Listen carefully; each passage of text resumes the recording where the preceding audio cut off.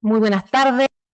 Good afternoon. Welcome, authorities, distinguished friends from Latin America and the Caribbean. On behalf of the government of Chile, we cordially welcome you to the ministerial event of the Cartagena+40 process. It has been a year of action, and we are in the last steps of this route in Santiago to end with the Declaration and Action Plan of Chile 2024-2034. Welcome once again. Hopefully, the humanitarian and solidarian spirit of Cartagena will accompany the debates of today and tomorrow morning. So with this, I would like to invite the Minister of Foreign Affairs of Chile, Mr. Alberto Van Claveren, who will open this panel meeting. Minister of Foreign Affairs, you have the floor. Honorable Mr. Filippo Grande, High Commissioner of the United Nations for Refugees, Mr. Luis Cordero, Undersecretary of Interior of the Government of Chile, Mr. Luis Fidel Yáñez, Deputy Executive Secretary for the Economic Commission for Latin America and the Caribbean, Ambassador José Torres Macho, United Nations Resident Coordinator, Vice Ministers of Latin America and the Caribbean with us, ambassadors, representatives of international organizations, representatives of civil society, dear guests, special guests, dear friends all. I cordially welcome you all to Chile.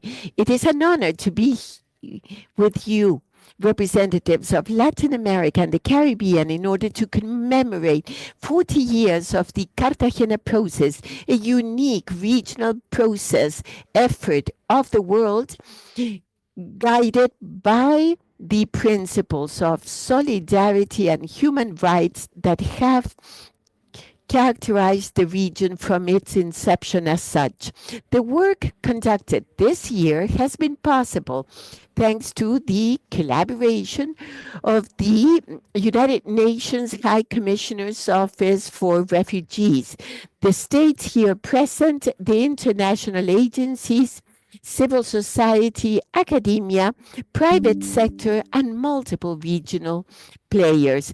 Your contribution has been key, fundamental to address the urgent needs of protection and proposing innovative solutions. We acknowledge the progress of the processes led by Costa Rica, Mexico, and Brazil that set the foundation to change the reality of forced displacement and on which Chile has built its action plan. In this new phase of Cartagena+40, we aspire to have regionalized all best practices and strengthen cooperation in order to address emerging challenges. In the decades of 1970 and the 80s, our region faced a crisis of forced displacement given the massive violations of human rights by dictatorships, authoritarian regimes, and internal armed conflicts. Thanks to the solidarity, many people found protection and were able to rebuild their lives. This solidarian spirit gave rise to the Cartagena Declaration of 1984 that was a milestone in the protection of refugees and displaced persons. Throughout these 40 years, the process of Cartagena has promoted cooperation and shared responsibilities to promote the protection and integration of those who are forced to flee. This joint effort has allowed to develop our asylum and internal displacement processes, guaranteeing the protection of the statelessness and refugees. The process has translated solidarity in concrete actions, respecting the diversity of our protection system and adapting to changing challenges. Within this framework, we have reaffirmed our commitment with the international law of refugees, including the Geneva Convention of 1951, and we have promoted protection standards with gender, intersectional, and intercultural perspective. The Declaration and Action Plan of Chile that we present today is based in three key axes. First, protection during all the displacement process cycle, from protection to integration, for those persons to find security and opportunity. Secondly, integral, comprehensible, sustainable solutions, and with the support to the sheltering, welcoming communities or reception communities. And thirdly, displacement due to disasters, given climate changes and the need to have adaptational responses. Each axis places special emphasis in the protection of women, boys, girls, and adolescents who face greater vulnerability. Our objective is to guarantee that all the states of the region may effectively respond to the protection needs. The government of President Gabriel Boric Font highlights the importance of joint responses vis-à-vis complex phenomenon in mixed and successive movements, changing routes for displacement, and the many reasons.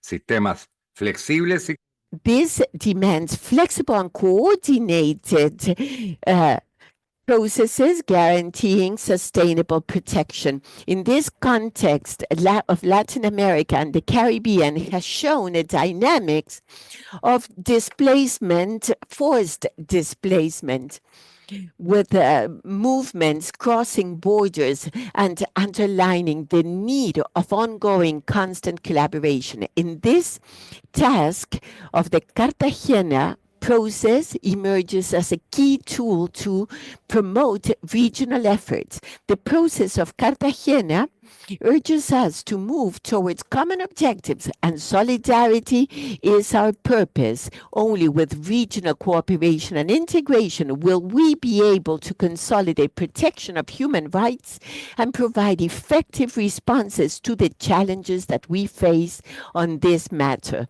For that, to have the support of the UN system, regional fora, civil society, private sector, and international community continues to be essential. We need a collective commitment to materialize the principles of solidarity and guide in this process. It is indispensable to strengthen local capacities so that the solutions we implement will be inclusive and sustainable, contributing not only to the protection of forced displaced persons, but also to the development of reception communities.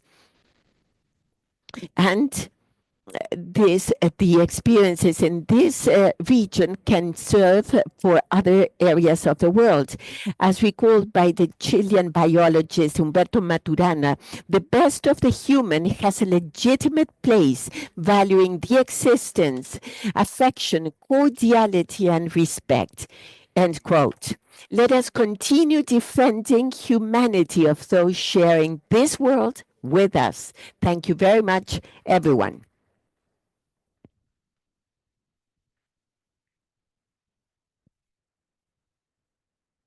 Thank you, Foreign Minister, underscoring the importance of this event and the leadership of Chile in the Cartagena process. Undersecretary of the Interior, Luis Cordero, please address us. Muy buenas tardes. Good afternoon to all of you. First of all, I would like to thank the invitation to be part of this opening panel commemorating the 40 years of the Declaration of Cartagena on Refugees, where the Declaration and Action Plan of Chile will be adopted. I would like to greet all of you, and especially the High Commissioner of the United Nations for Refugees, the Secretary of ECLAC, the Coordinator of the United Nations, and our Minister. The Declaration of Cartagena on Refugees was adopted in a very different context from the one that we have today.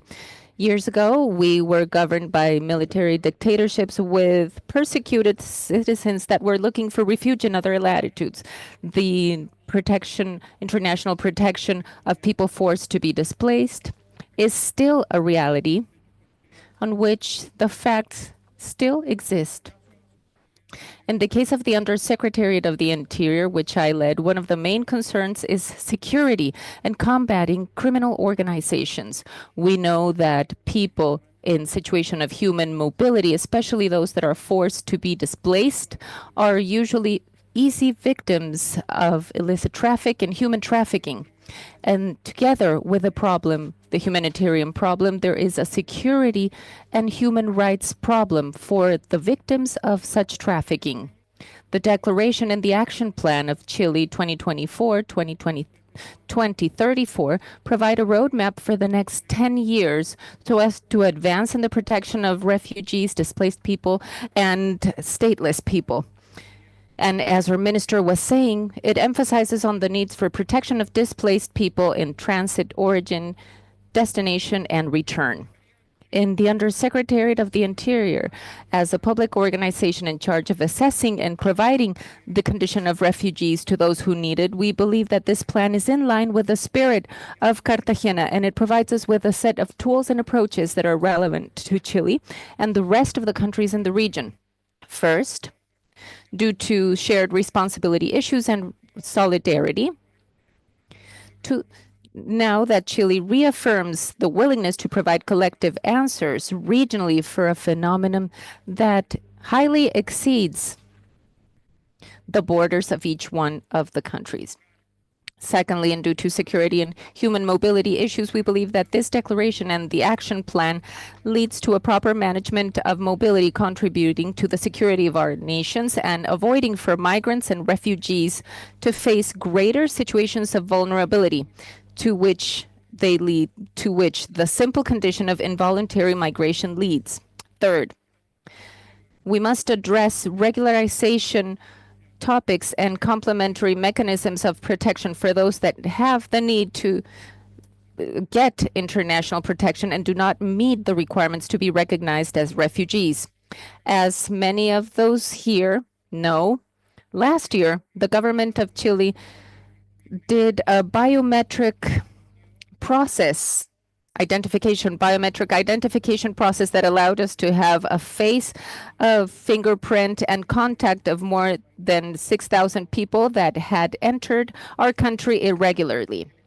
People of which the state did not have any kind of information and that voluntarily and in good faith came to us to provide their data. In the framework of this action plan and the mechanisms being proposed, I would like to inform that the state of Chile is studying to lead a regularization process for people that are in irregular situation and that meet the requirement and the criteria of having a work or family relationship in Chile. And that way, the state of Chile can meet the commitment that it acquired with the people that voluntarily approached us to be part of this registration system. The only way to lead this and collaborate to establish their lives. This action plan seeks to reinforce social cohesion through the work of host communities with the promotion of local and national strategies that promote discrimination and violence against refugees and migrants. Finally, the plan as it was developed in the Cartagena+40 process has a special focus on the participation and construction of partnerships, either from displaced and refugees, organizations from civil society, the academia, the private sector, local governments, and international financing organizations. In the upcoming years, the world will experience risks associated to the persistence of armed conflict, intrastate violence, the lack of economic opportunities, or extreme weather conditions that are in the origin of the forced displacements of people and communities. We are convinced that the Declaration and the Action Plan of Chile 2024-2034 proposes a path for the upcoming years that will allow a joint work of the countries in the region to provide an integrated response, both from the humanitarian point of view for those seeking refuge and from the point of view of security in our regions. It is a simple condition of recognizing dignity to advance in this route. Thank you very much. Muchas gracias, subsecretario. Thank you, Undersecretary of the Interior, for your commitment to the host community and action plan to be adopted tomorrow. Now I have the pleasure to give the floor to the United Nations High Commissioner for Refugees, Mr. Filippo Grandi. Thank you, dear Foreign Minister, Vice Minister, Ambassador Claudia, Secretary of ECLAC, Resident Coordinator, distinguished delegates, colleagues, dear friends.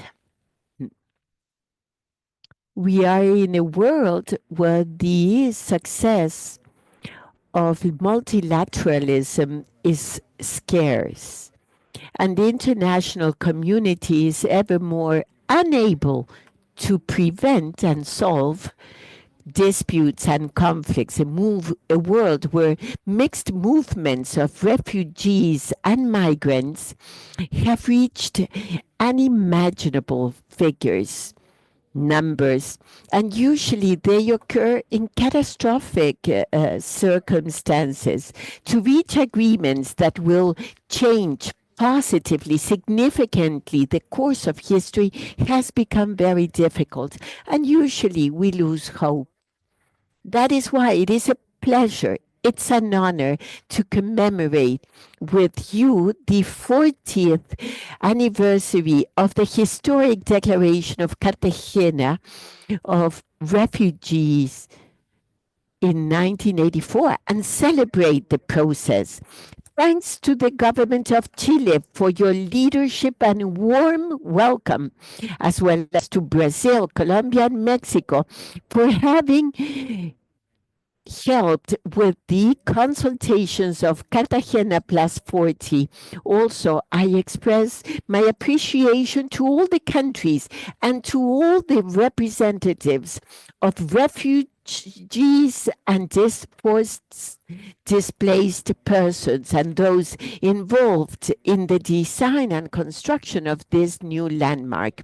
Your effort is concrete proof of an inclusion in consistence with the principles of solidarity and shared responsibility, and it is an innovative and effective form of strengthening the implementation of the World Covenant on Refugees. I thank ECLAC likewise for welcoming us in this historical room that reflects the spirit of closeness that prevails in the region. Throughout the process of Cartagena+40, you have evidenced the power of dialogue and honest, sincere reflection, and this cannot be underestimated. Our context, our experiences, our opinions may be different, but when they are all taken with the spirit of unity and guided towards a superior stake, we can find points of encounter and turn them into cooperation between individuals and nations. As the Cartagena Declaration says it, many of the legal, juridical, and humanitarian problems that have emerged in the region in what concerns refugees only can be addressed taking into account the necessary coordination among the universal, regional, and national efforts. End of quote. The spirit of Cartagena that came into being 40 years ago continues to be enforced with a deep conviction of peace, asylum, and protection that have characterized Latin America and the Caribbean throughout all of its history. Cartagena+40 continues to be loyal to the pioneer, apolitical, and humanitarian nature of this spirit, proposing responses to the most pressing challenges of current times and maybe of the next decade, not only for the region, but for the world. You have found concrete responses to the complexity of the large-scale movements, considering in a coordinated and comprehensive manner all the risks faced in the countries of origin, transit, destination, and return, based on an approach of protection.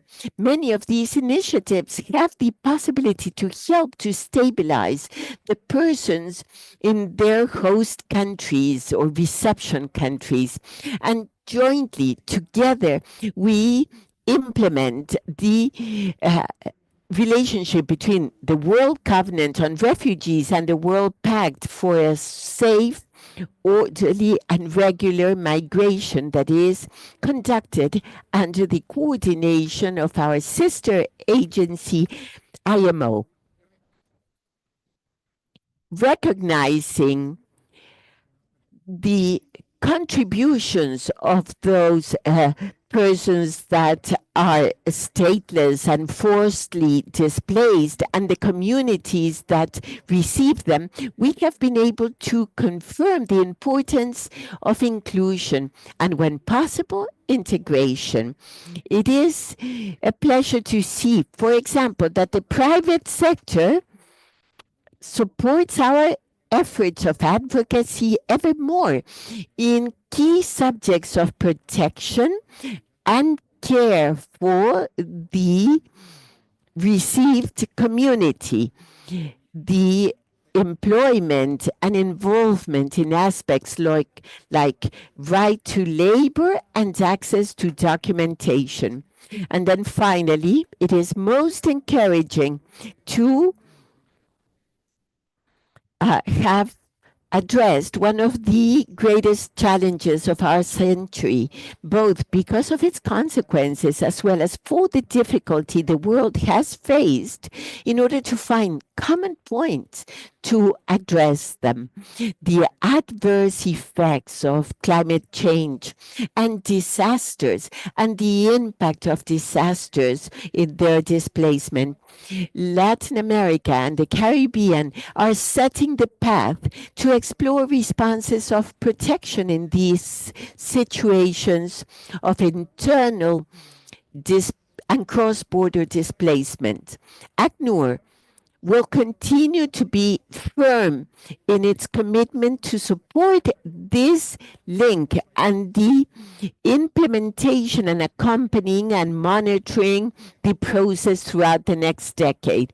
I reiterate a call to all sectors of society, all so as to continue supporting these initiatives.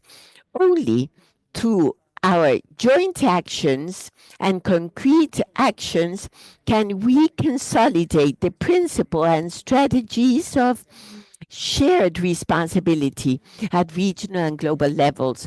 Together, we may contribute and we can contribute to a more sincere narrative combating the xenophobic rhetorics and building a fair, just reality for all.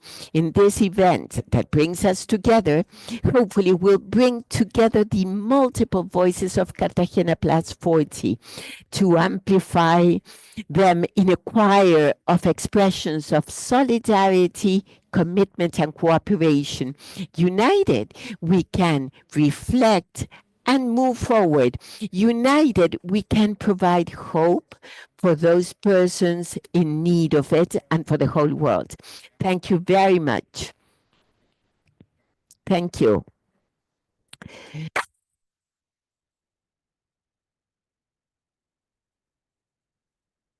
Muchas gracias, Alto Comisionado.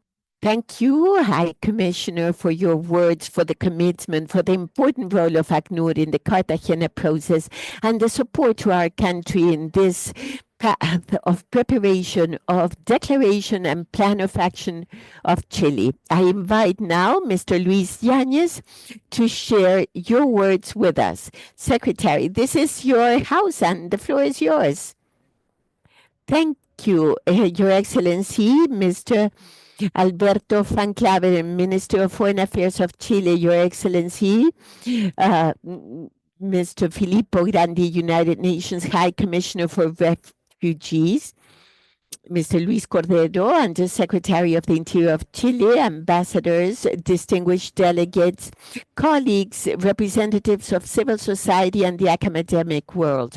On behalf of the Executive Secretary, José Manuel Salazar Chiriñax, I am pleased to welcome you to ECLAC, this house, to celebrate this ministerial event of the Cartagena+40 process.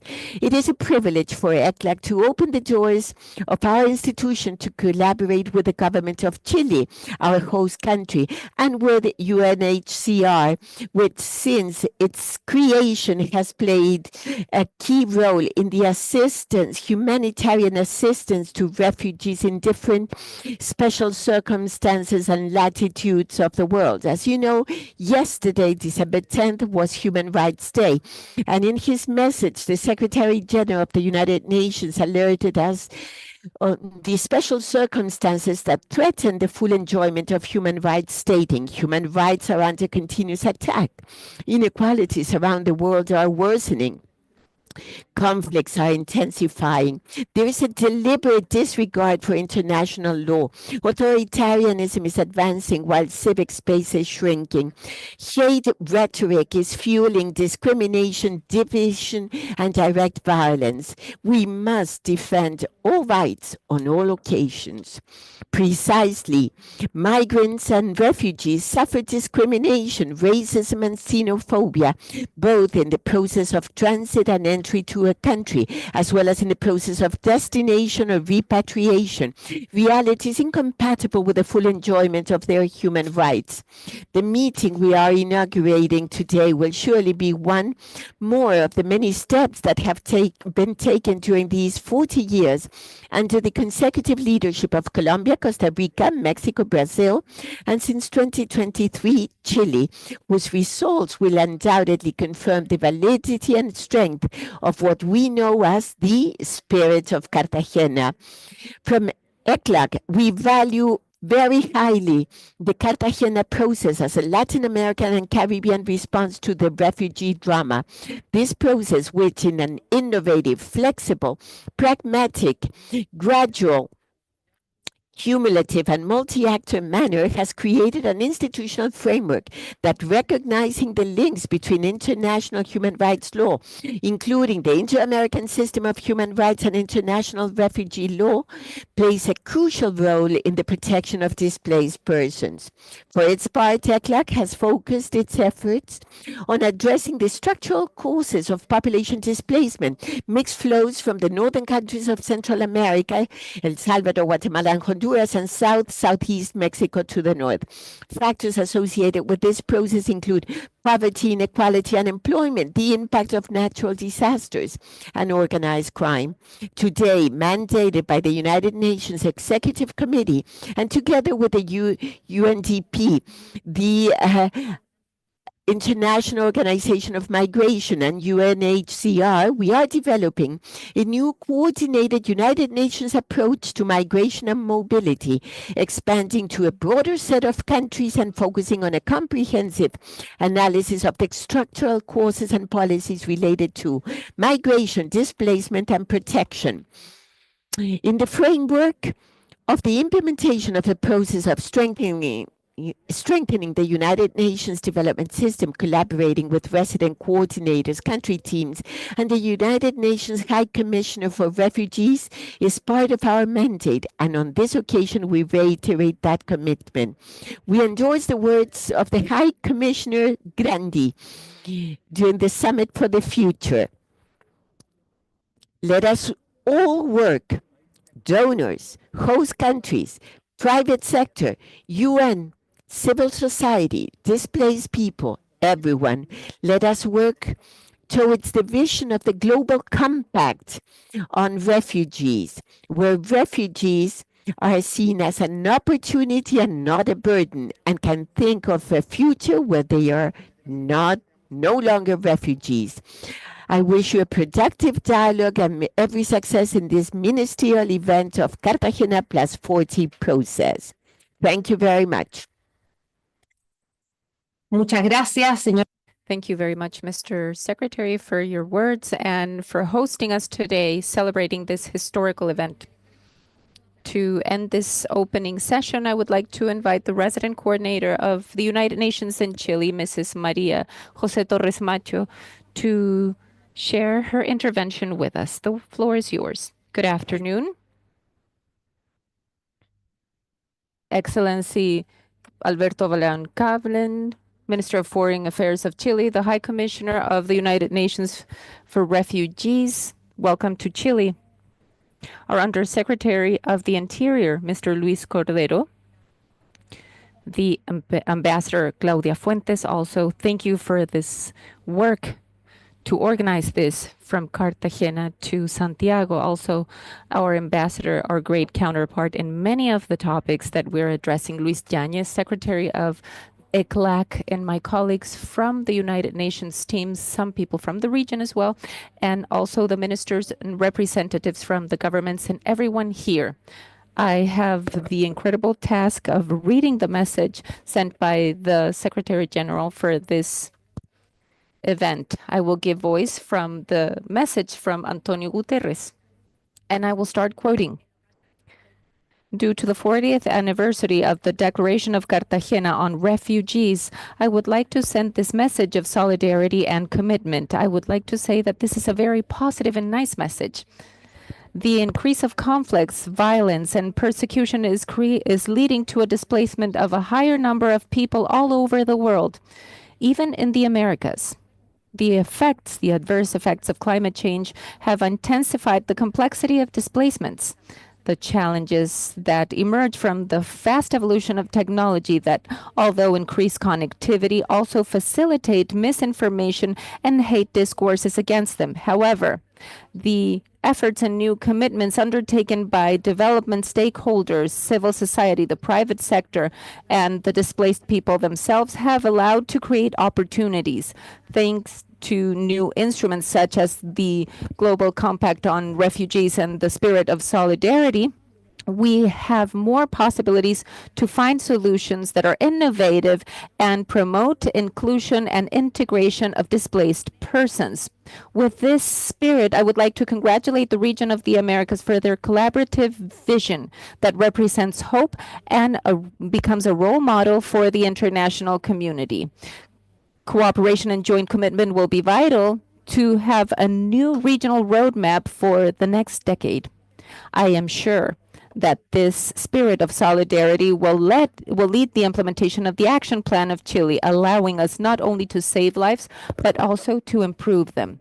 So I would like to send the Secretary General's congratulations through his message. And now, if I speak as the resident coordinator of Chile, I would like to thank you for this opportunity, and especially Chile for the leadership role that it has undertaken in a moment that, as our High Commissioner has said, is very complex.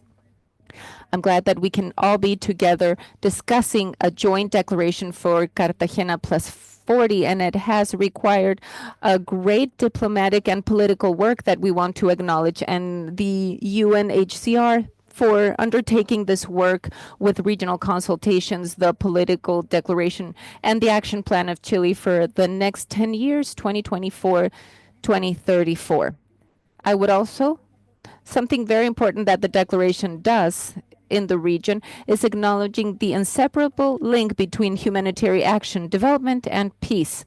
This is something that we find once again recurrently 40 years later after Cartagena. And something very important that I would like to emphasize during the declaration is the acknowledgement of the importance of host communities as of the core of the work that we're doing for these 10 years. Obviously, we're working in a regional and global context where we're seeing growing episodes of discrimination and xenophobia. And obviously, Cartagena+40 offers hope. That is why we saw the nice and positive message from the Secretary General to you.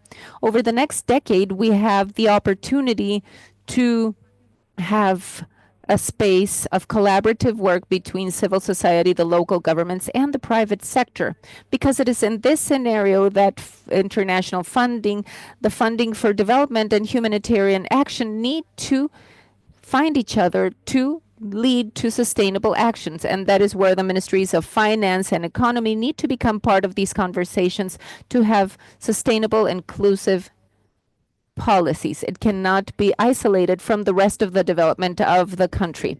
As the United Nations systems, and especially in Chile, I want to highlight the fact that the government of Chile used this principle of solidarity and human rights as expressed by the Minister of Foreign Affairs, requesting within its cooperation framework of 2023-2026 for the United Nations team in Chile could provide an interagency response to one of the problems that they identified as space for that cooperation. And they wanted for the solidarity to be accompanied by the multilateral system. And we have a result directed to human mobility that works in topics of importance such as border response. We worked with host communities.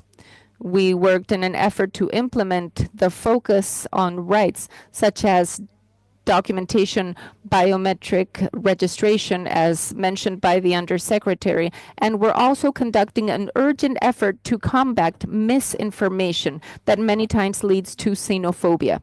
It is also very important to highlight the work with intersectoral gender approach and the work with children and adolescents that are one of the most affected populations with this phenomenon.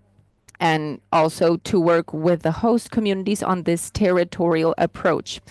We are proud to say that all of the issues stated in the Cartagena Declaration are work elements in our United Nations team here, and it is part of the work of UNHCR together with IOM and all the agencies and programs that are part of this work. We cannot do it by ourselves.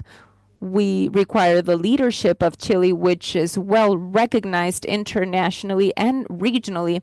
And that is why we want to highlight that in this work on the World Forum on Refugees in 2023, the 16 country teams of the United Nations participated. This means that there is a joint effort because we will do this together with all the agencies in the action plan, and that the efforts are targeted for refugees in national development plans, representing the team of the United Nations system in Chile. But on behalf of all my colleagues that work with United Nations teams in all the region, we consider the Santiago plan a milestone to build a dignified life for those that are arriving, but also for host communities. This is a great opportunity to address refuge when it is addressed in a way in which cooperation is strengthened, the promotion of respect to human rights is approached, and we can also provide a more inclusive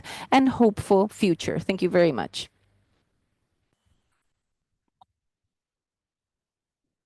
Muchas gracias.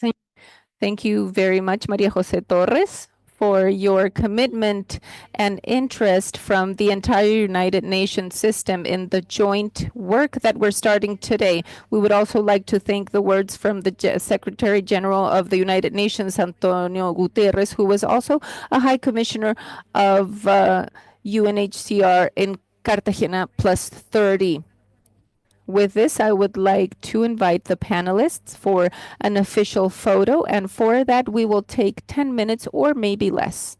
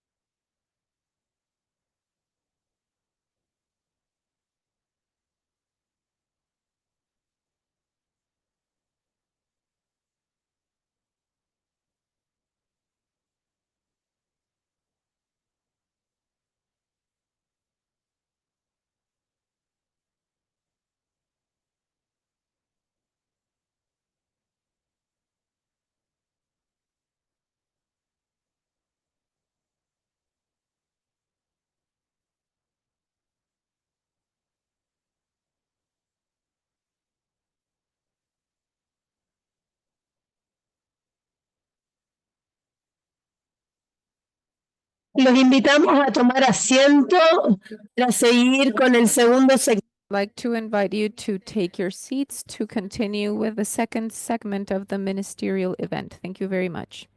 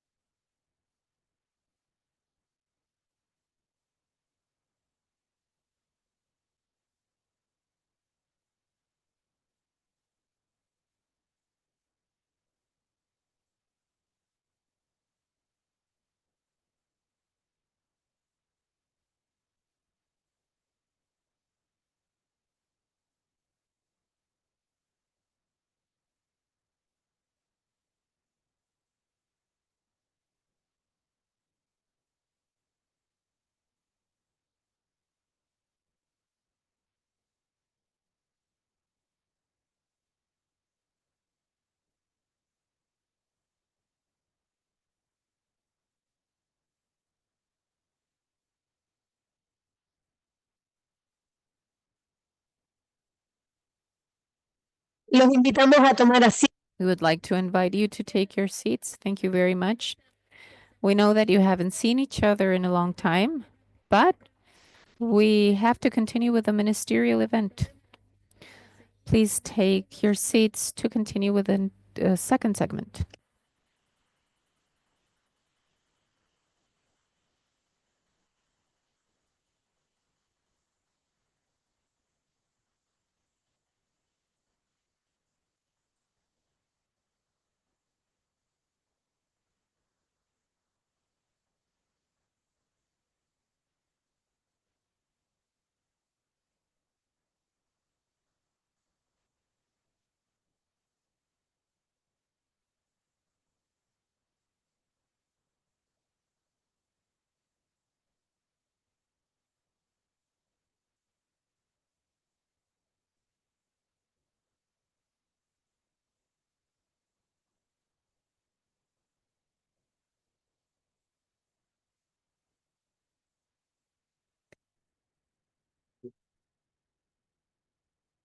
Retomamos entonces este segmento.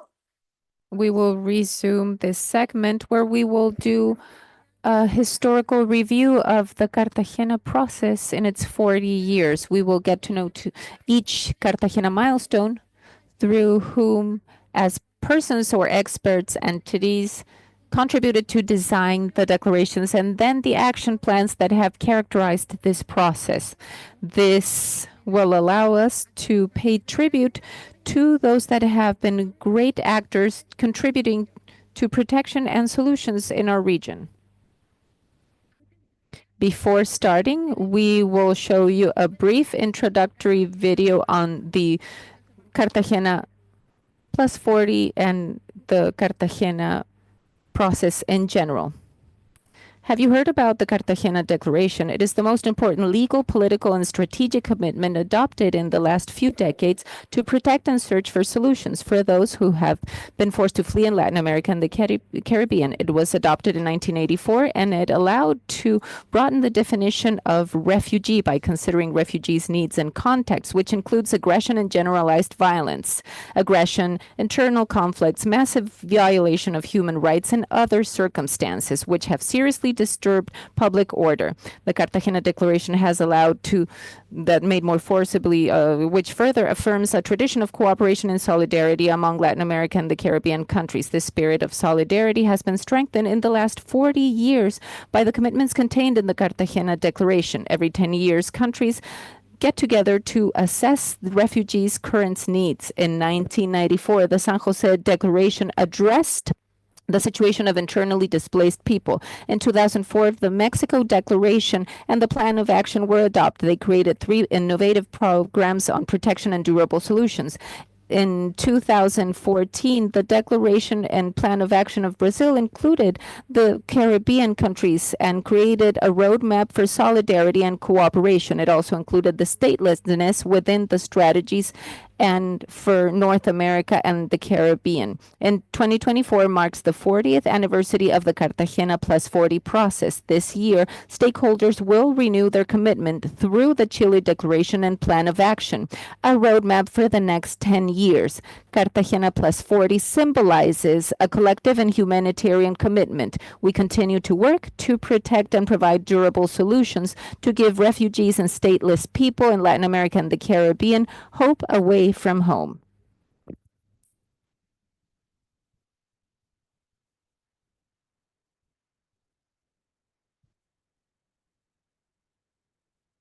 Now I would like to introduce Mr. Diego Garcia Sayan, who participated in the origins of Cartagena in 1984 on behalf of the Jurist Andean Commission, and then as an expert in Cartagena+30. I would like to give him the floor to share about the generation of the Cartagena Declaration on Refugees in 1984. Please, the floor is yours. Good afternoon. I would like to especially greet all of you here, representatives from the states, from the United Nations in Chile. I am delighted to accept the generous invitation to share with you in this meeting and have the privilege of making some remarks. As Antonio Cansado Tristani and the former Chancellor of Mexico, Rosario Green, we were mandated by the former High Commissioner, now the General Secretary, to commemorate the 30 years of Cartagena. 10 years later, I can say in full honesty and with high optimism that we have advanced. Our region has taken step forwards in making effective that Cartagena Declaration. And when it was adopted, those of us that were able to be part of that meeting in Cartagena de Indias in 1984, I can tell you honestly that we did not have enough imagination or ideas to believe in the repercussions that it was going to have. We were working with officials from UNHCR, such as Leonardo Franco. When we were writing the draft, we never imagined what would happen. This was only based on a decision of NGOs and human rights activists, seminars, and with the active presence of UNHCR. You know what was happening back then in America, and especially in Central America. Internal wars, conflicts in Guatemala, El Salvador, the Panzas Massacre, Rio Negro, Doceres and Plan de Sánchez in Guatemala. In the case of El Salvador, Mozote, San Francisco Angulo, de las Hojas, all cases that ended up being known. And I had the privilege to know about them as president of the Inter-American Court on Human Rights. And it explained why people were fleeing to other countries such as Costa Rica, Mexico, that were active in saying that this situation needed to be reviewed. And when President Belisario Betancourt from Colombia promotes and hosts this meeting in Cartagena, we had no idea that it was going to have the importance that it had, because not only this was happening, but we were still experiencing the remains or the aftermaths of the coups in Argentina, Uruguay, and other places. And it's important to see how human rights organizations are articulated with UNHCR, with its officials, and unfortunately, many of them are not with us anymore. Leonardo Franco, just to mention a few, and Ileme Dacun from Brazil.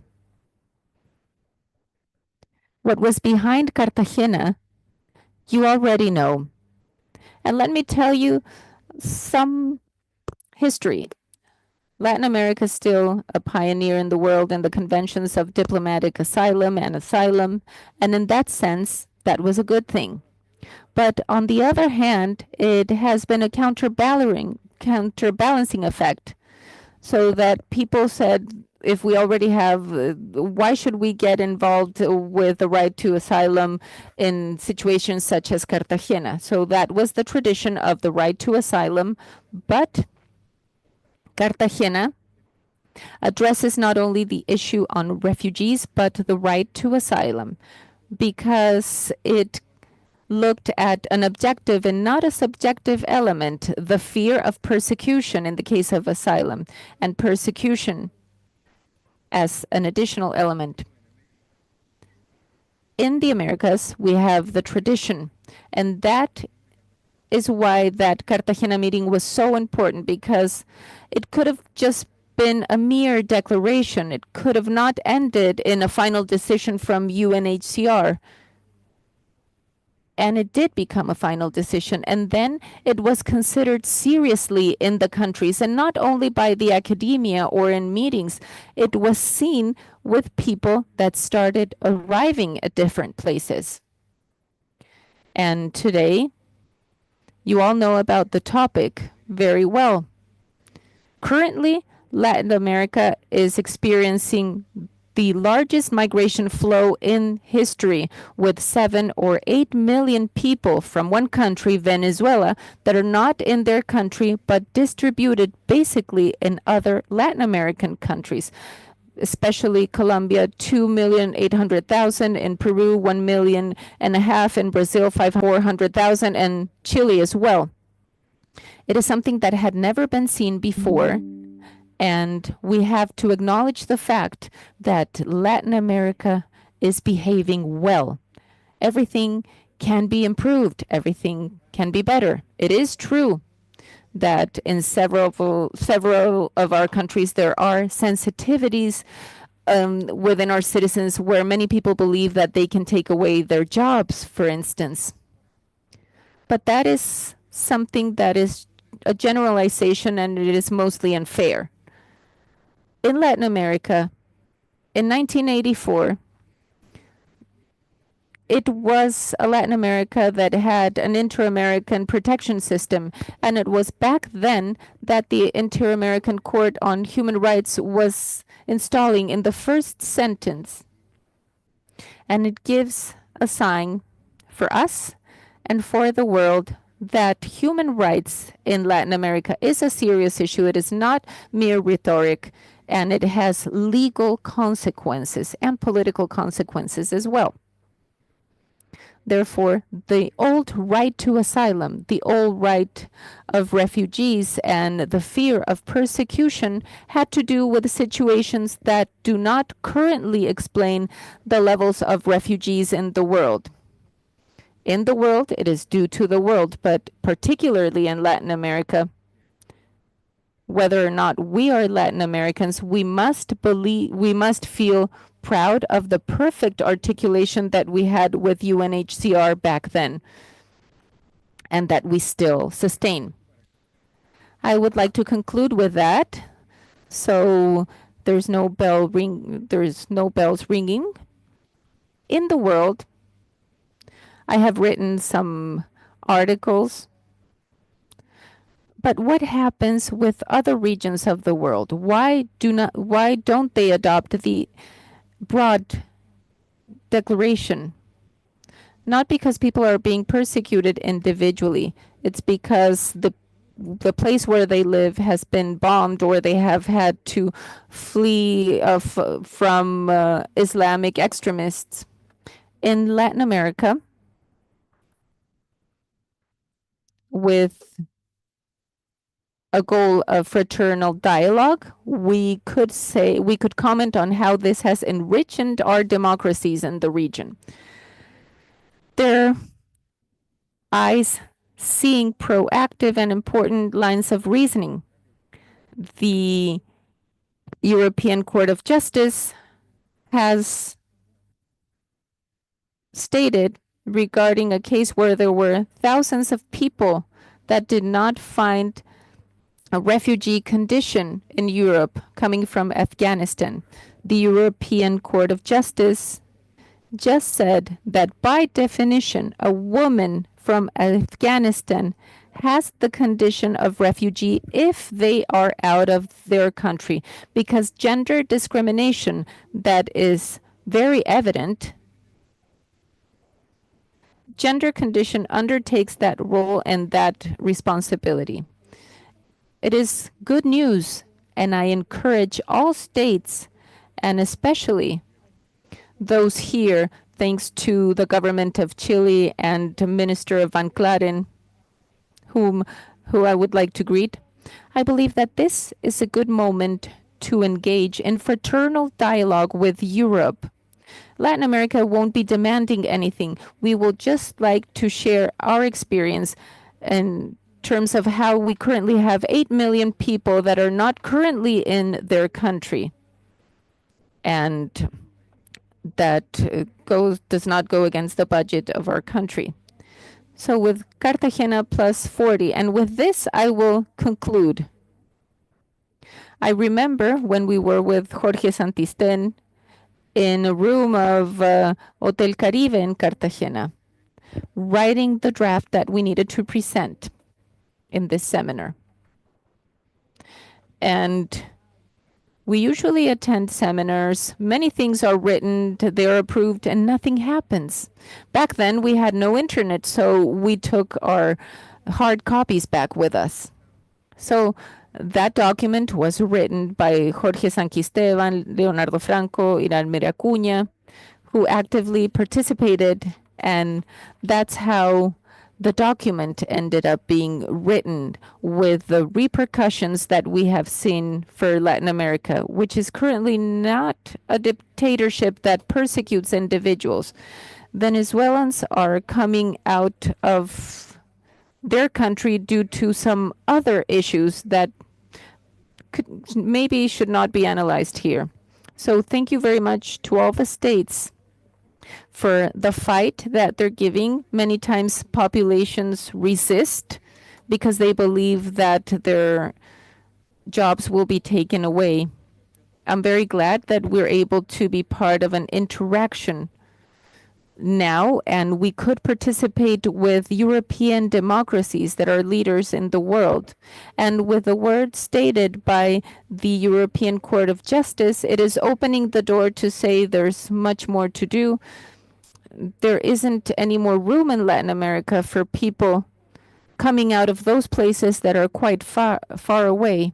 It's a good idea of UNHCR, the government of Chile, for organizing this meeting, and I deeply thank you, with all modesty, for being invited to be part of this meeting and for letting me speak. Thank you very much. I think I went over my time. I believe that I will have to pay my fines once I'm out. And thank you very much.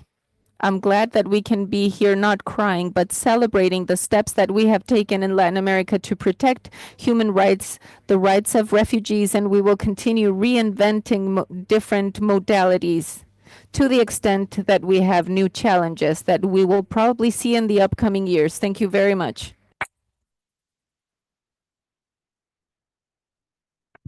Muchísimas gracias, señor García Sayán, por su aporte histórico a la declaración.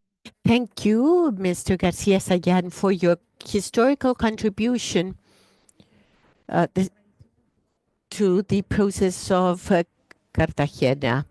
We will now see a short video of Mr. Jose Thompson, Executive Director of the Inter-American Institute of Human Rights, on the role of this entity in the creation of the Declaration of San Jose on Refugees 1994, Cartagena+10. Please go ahead with the video. Greetings from the Institute of Human Rights in the main venue of Costa Rica, and I apologize because my personal situation in this moment has prevented me to travel to Santiago and be with you in this 40th anniversary of the Declaration of Cartagena and what it means. Nos fue corresponsable con el ACNUR. The Institute of Human Rights, UNHCR, celebrating the first decade of the Declaration of Cartagena was in 1994. And we recall that as an important moment in the institutional history, not only because of what it means to maintain the enforcement and relevance of the Declaration of Cartagena and what it implies, but also because it makes us recall the context in which that commemoration occurred, and it was an international colloquium with value and meaning in itself. It was a moment of optimism in the Central American region.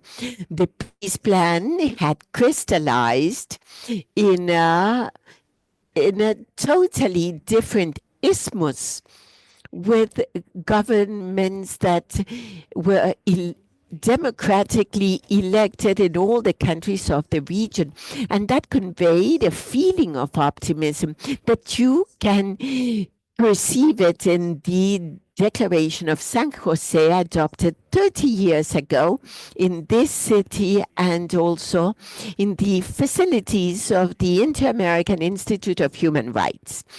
And then, why is it important, this Declaration of San Jose?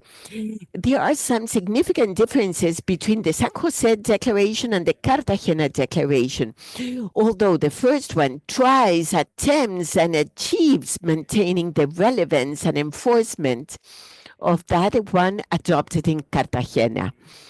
Firstly, there is an enormous importance assigned to the phenomenon of return, and this is explained in a historical context. And it was assumed that many of the persons that had left their countries in the Central American region could return to their countries given the conditions.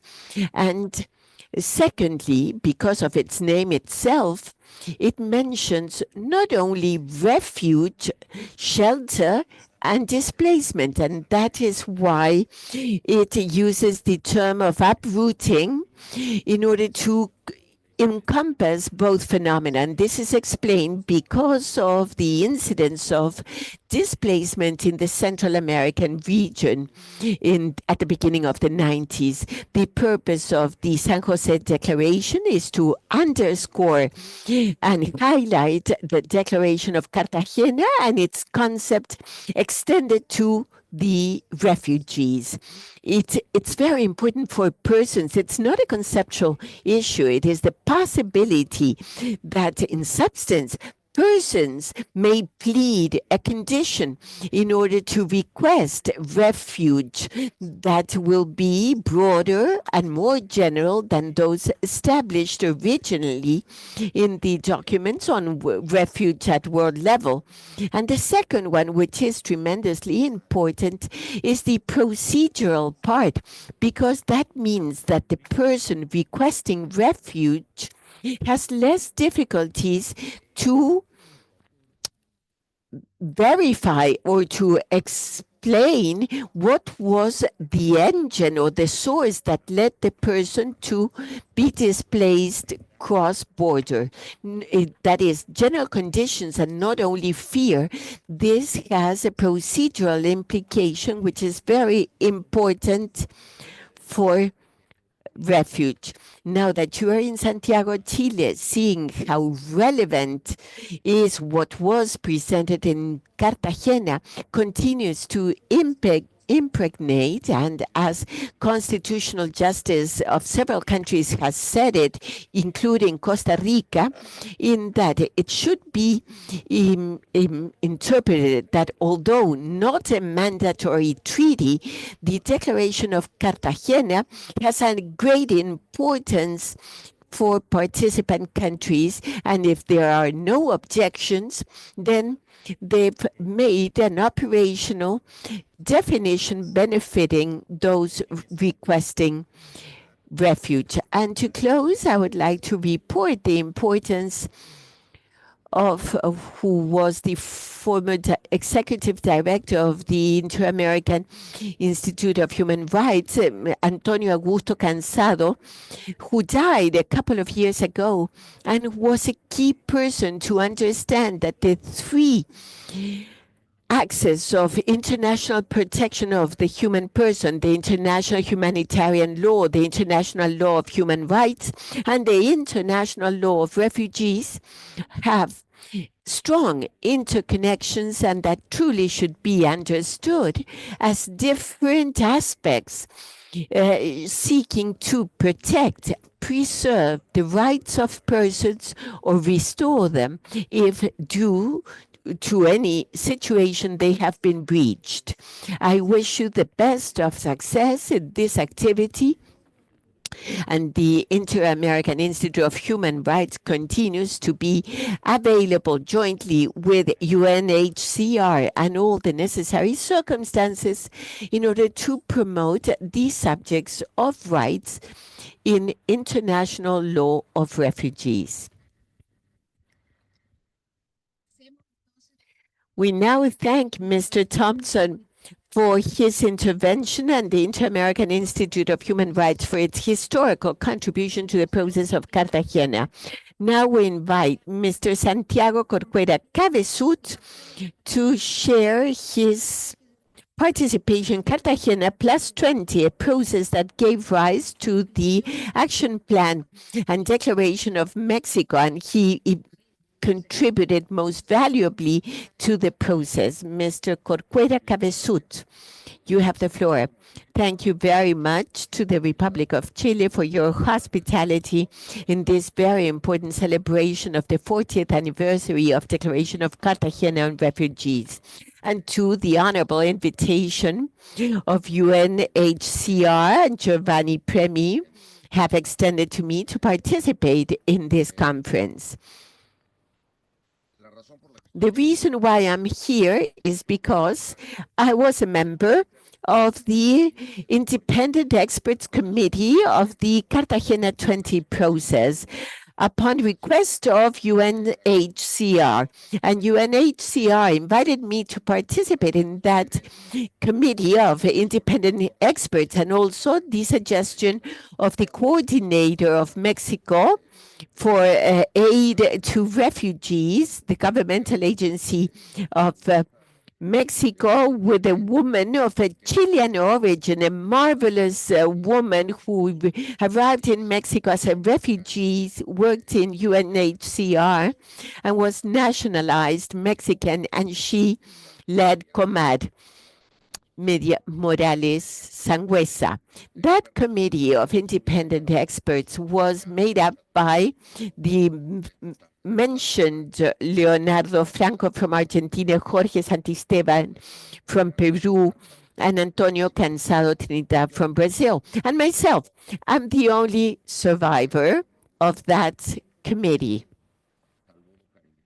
I dearly greet the three who have left us and wherever they may be. Each one of us was entrusted to draft a doctrine document on the problems of persons in mobility at that point. Also, UNHCR invited other expert persons that drafted important doctrine studies, among them Francisco Galindo, Antonio Fortín, Jaime Ruiz de Santiago, and the outstanding expert of Chilean nationality, Magdalena Sepúlveda. She participated in the Norwegian Council for Refugees that supported all the work of that Cartagena+20 work.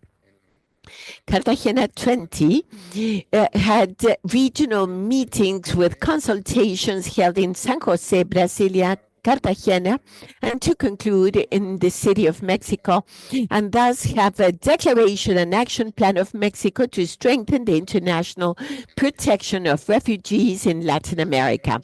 Those of us members in the Independent Expert Committee, we were asked to have participation during the discussions of intergovernmental meetings, a situation that later was not fully understood by some persons, members of delegations, given that it was an innovation in that process of Cartagena+20. I was discussing with the Undersecretary of my country that there was a delegate from a country that when didn't like some criticisms I formulated on some legislations of some countries, she approached the delegate of my country to complain about what I had said, and the delegate of my country said, go complain to him because he is an independent expert. The fact that he is Mexican is by chance for that meeting. But that was our role, to express our views, our opinions, and thus in an independent manner, so that it could be expressed in a clear, outright way without diplomatic language that sometimes make things not so understandable. Those of us, members of the committee, were also asked to participate in the working meetings of UNHCR, where conclusions were worded and drafted. The conclusions of intergovernmental meetings were drafted. Those meetings were chaired by Antonio Cansado, who was appointed by ourselves as our chairperson, rapporteur, but was coordinated by the technical secretariat of UNHCR. And I recall some names of officials of UNHCR that were really outstanding.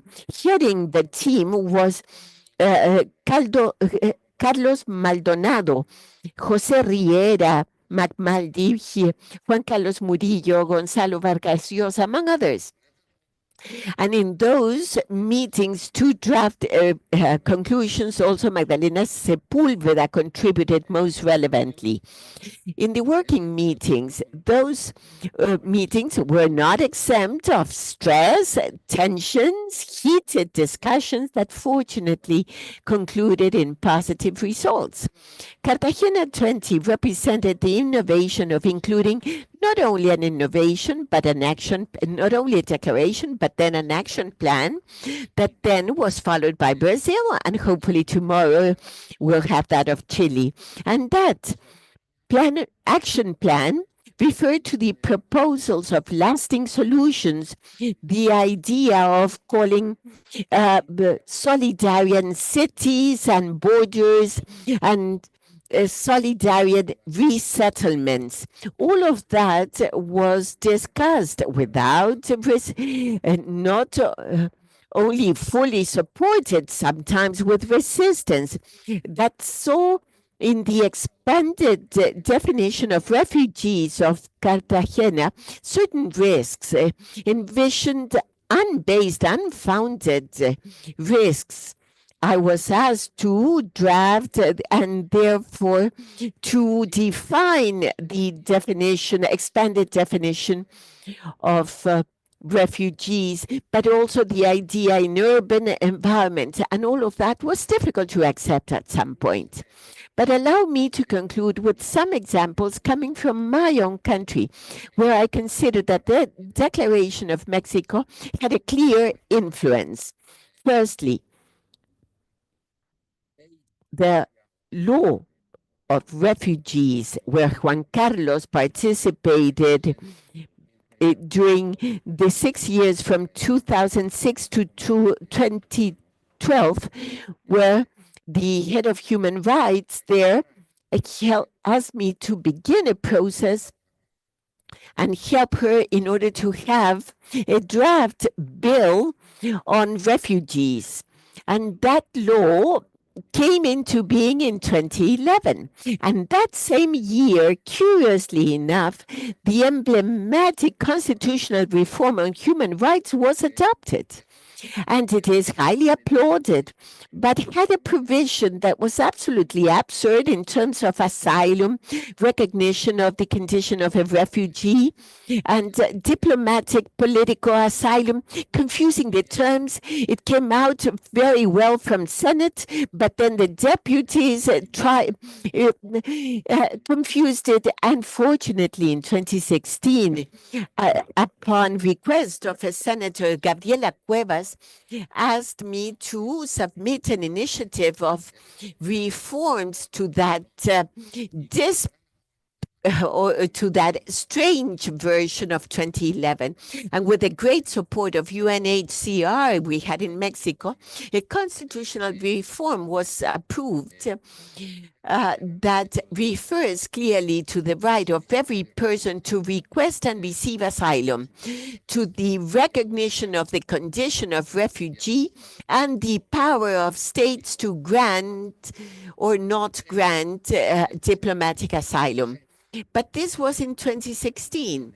But in the year of 2017, in the country, the first constitution of the City of Mexico was adopted as an independent federal entity, and it is very much influenced by the declaration of Cartagena+20, because in the text, constitutional text of Mexico, the concept of solidarian and global city, that concept is included, establishing obligations for authorities regarding the respect for the rights of migrant persons or those who have been recognized as refugees or political asylum has been granted, with a special emphasis in girls, boys, adolescents.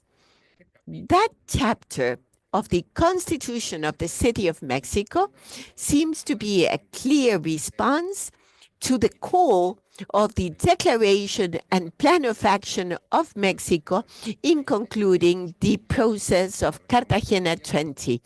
There are other countries in the region that have adopted this extended definition of Cartagena and other positive legal provisions enabling legal frameworks to be very good. But as we say in Mexico, and surely in many other places, from what is said to what is done, there is a long road. Very laws or action plans not necessarily translate immediately or automatically into reality. Very often we say that an action is love and not declaration. But a declaration, sometimes laws are good, but not enforced. You need more political will, more economic resources, more protection, more true solidarity and humanism, not only in the speeches, discourses, but in reality.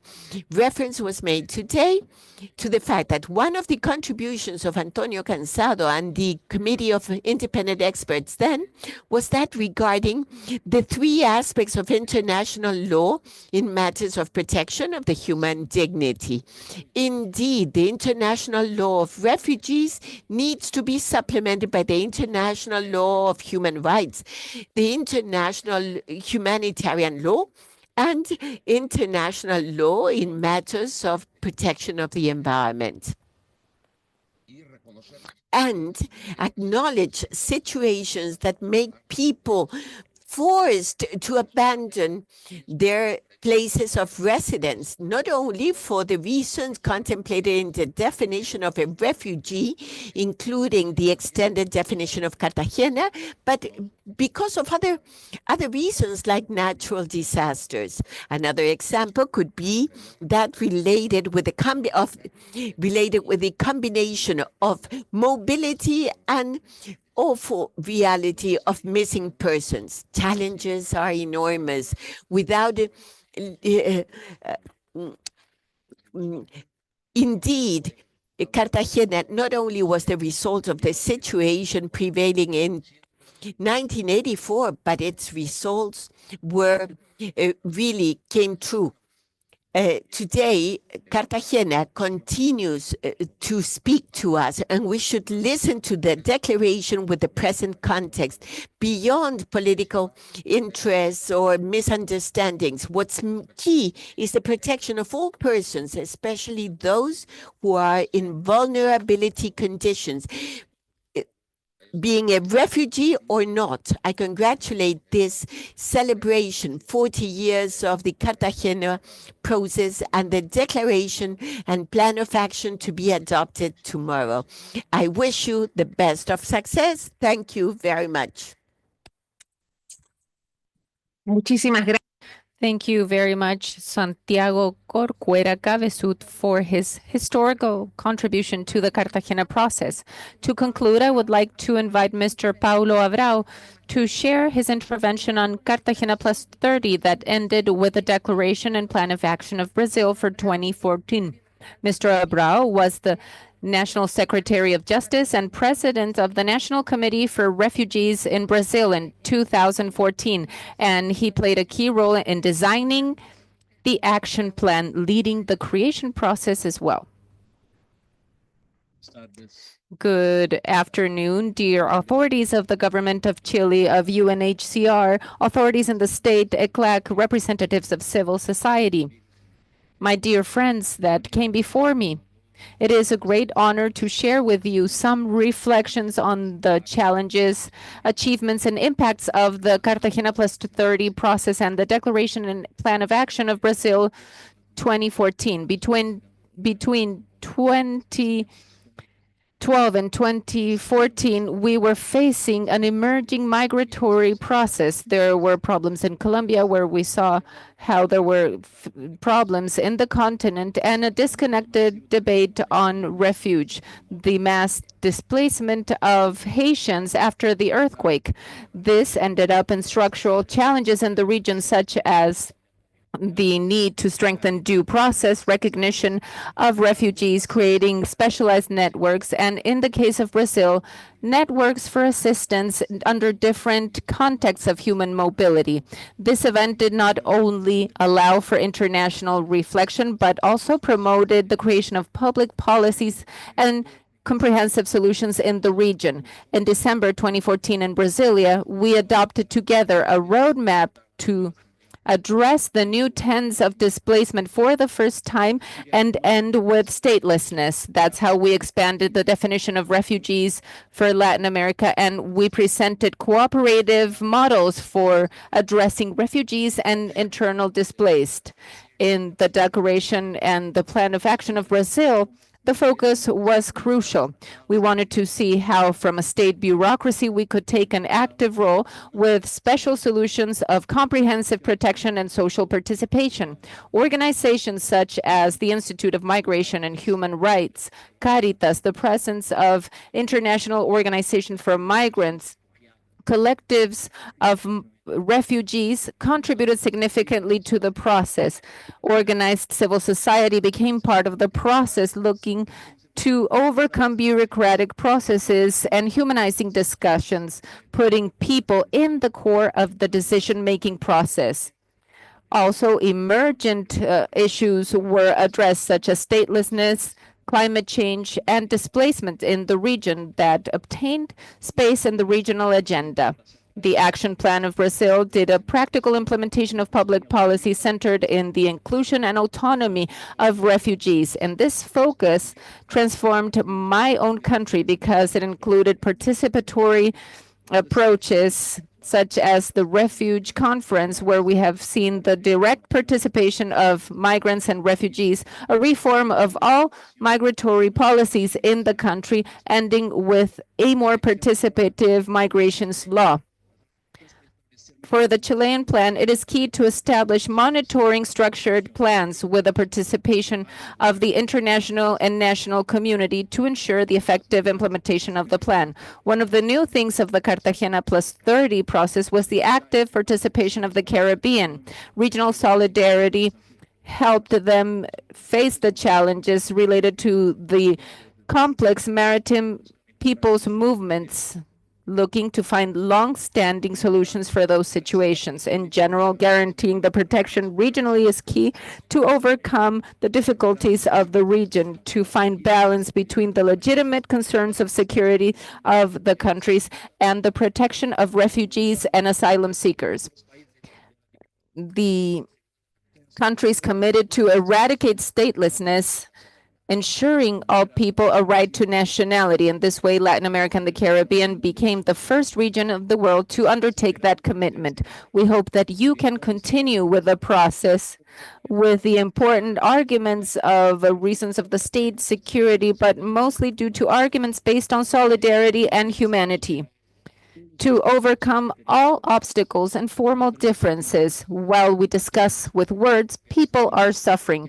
Their lives are being lost and their rights are being systematically violated. They do not have water, they do not have interpreters or clothes to facilitate their lives. That is where their pains are, in that environment with us at that moment. The conference from December 2014 in Brazil had a festive and optimist atmosphere. The Secretary General Antonio Gutierrez talked at that moment to the High Commissioner.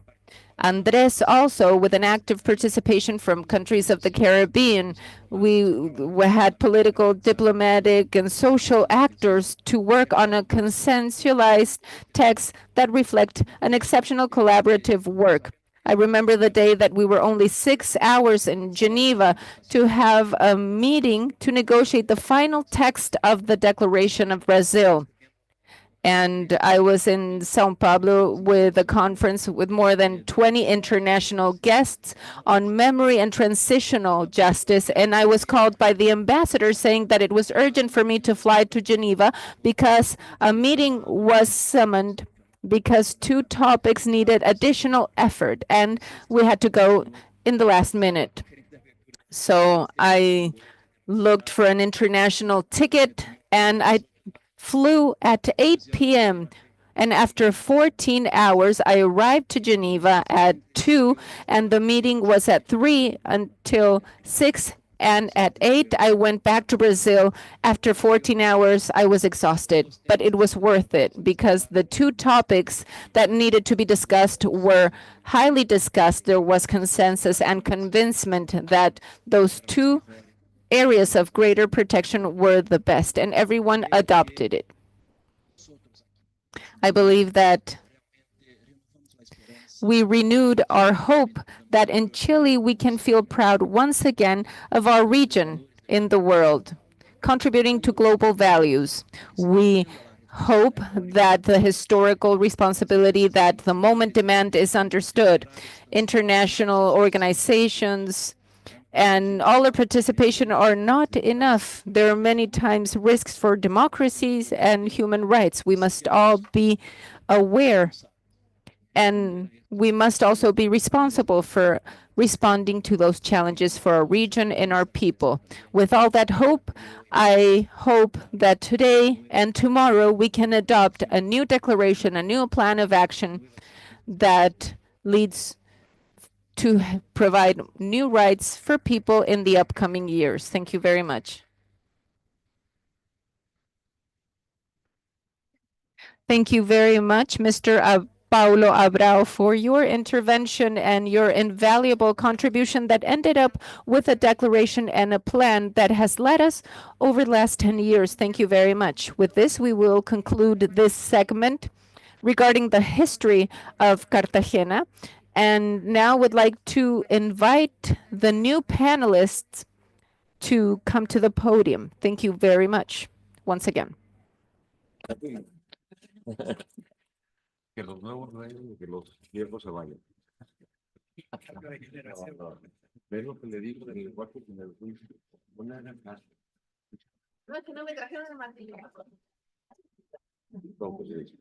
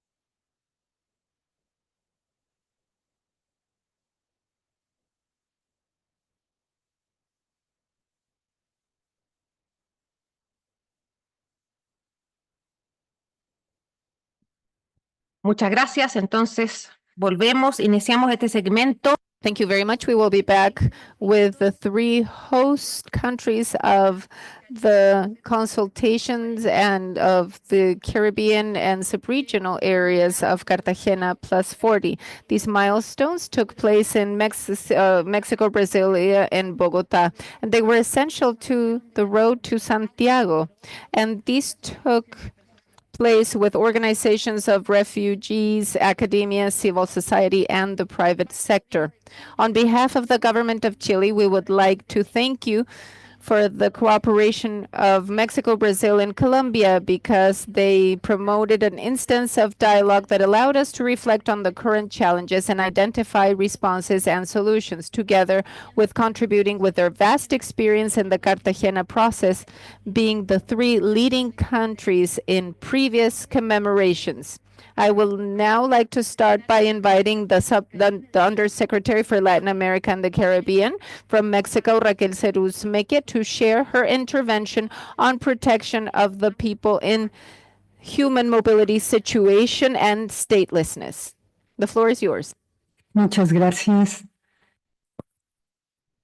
Thank you. I greet my Dr. Carlos Marcio Cosedain, Secretary of Multilateral Affairs of Brazil, Dr. Jorge Diaz Bravo, Director of Cultural Migration Affairs and Citizen Services of Colombia, and our Ambassador Claudia Fuentes of Chile chairing this meeting. It is a pleasure for me to convey the greetings of the government of Mexico, and particularly of the Foreign Minister, Dr. Juan Ramón de la Fuente, in view of our participation in this very important meeting that will conclude with the adoption of the Chile Declaration and Plan of Action to commemorate and celebrate the 40th anniversary of the Cartagena Declaration on Refugees of November 1984.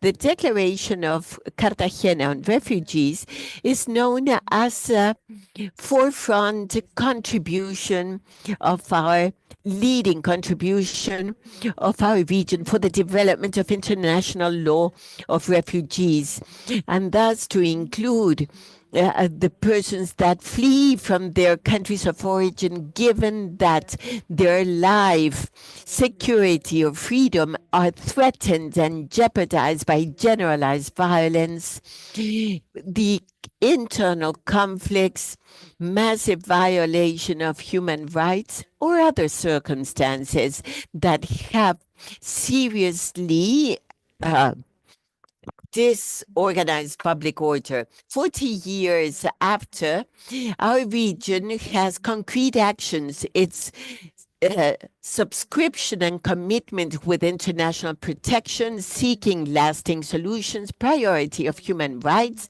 the building of peace and humanitarian vocation of a co-responsible response to all those that request refuge, refugees, beneficiaries of complementary protection, stateless persons, and forced displaced persons.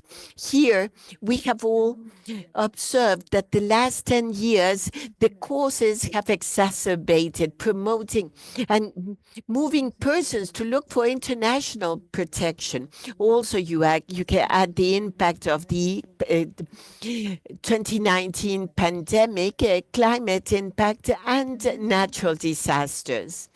As a result of climate change, also, we witness that populations that seek international protection include family groups, women, girls, boys, adolescents, elderly, persons LGBTQ+, indigenous populations, and so forth. And all of them face situations of high vulnerability and therefore deserve prompt, specific, and differentiated attention with the perspective of human rights.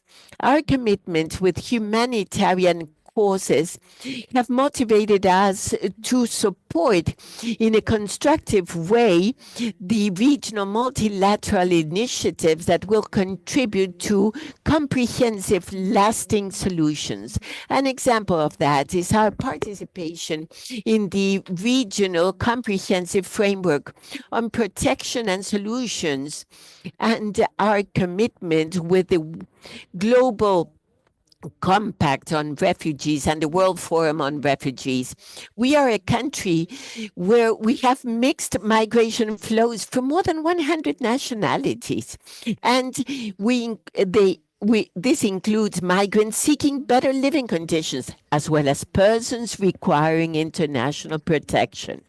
In the last 10 years, we have moved from 1,300 requests of refuge to 140,000 in 2023.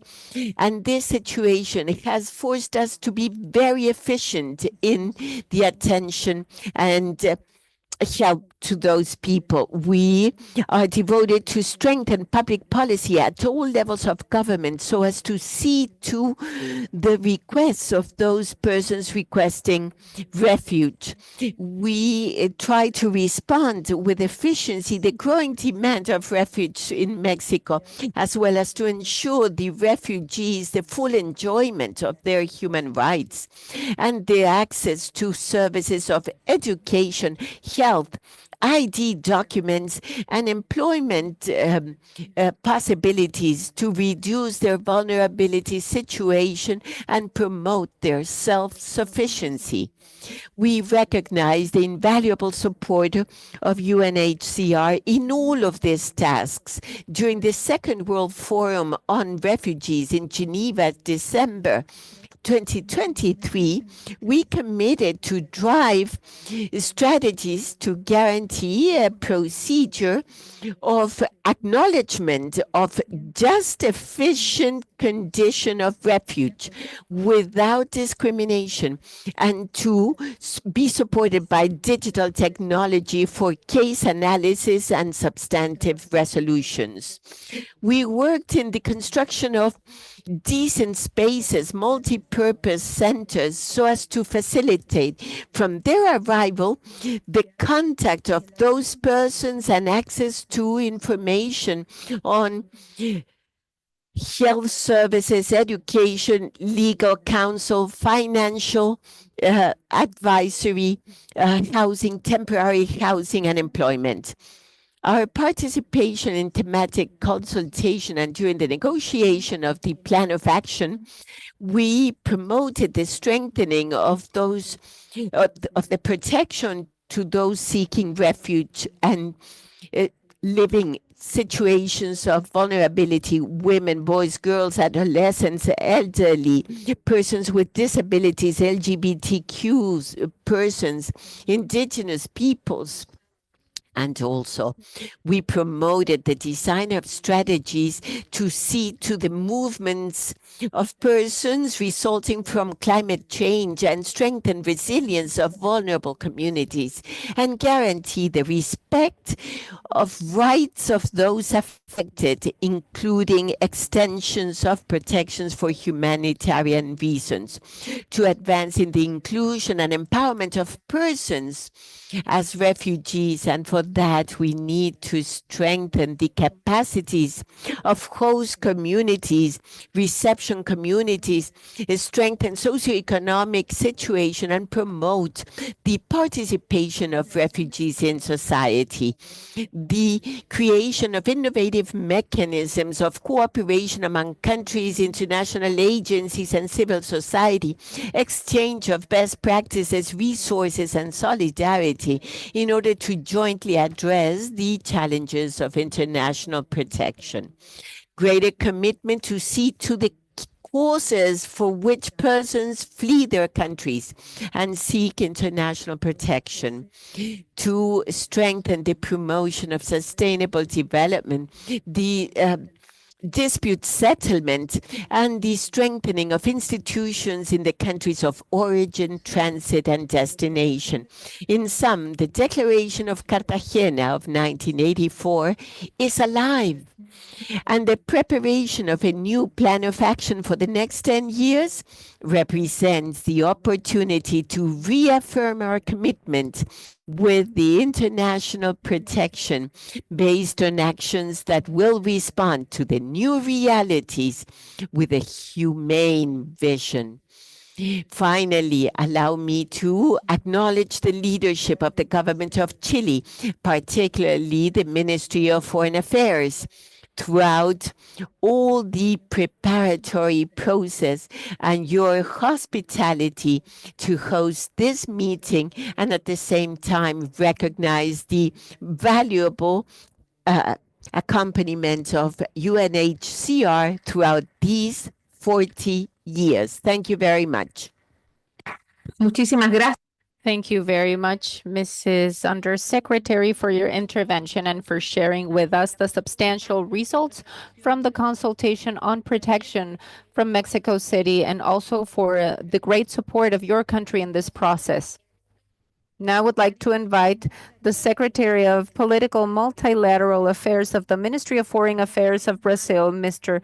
Carlos Marcio Costendey, to share his intervention on the consultation that took place in Brasilia on inclusion and integration through alternative, comprehensive, and sustainable alternative solutions.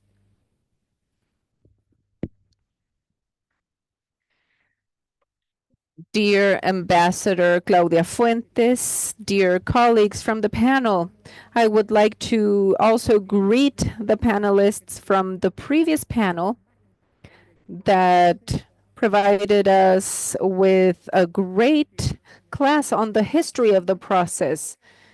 Ladies and gentlemen, first I would like to thank the government of Chile for the warm reception in Santiago, for the efforts from their presidency this year. I would also like to thank UNHCR for the vital support to the successful process of Cartagena+40, and not only for this process, but also for the 40 years of specific action in this entire process in the region, even with a meeting that we held in Brazil where their support was provided. As it has been said, 40 years ago, these countries took a decisive step for international protections of those in need.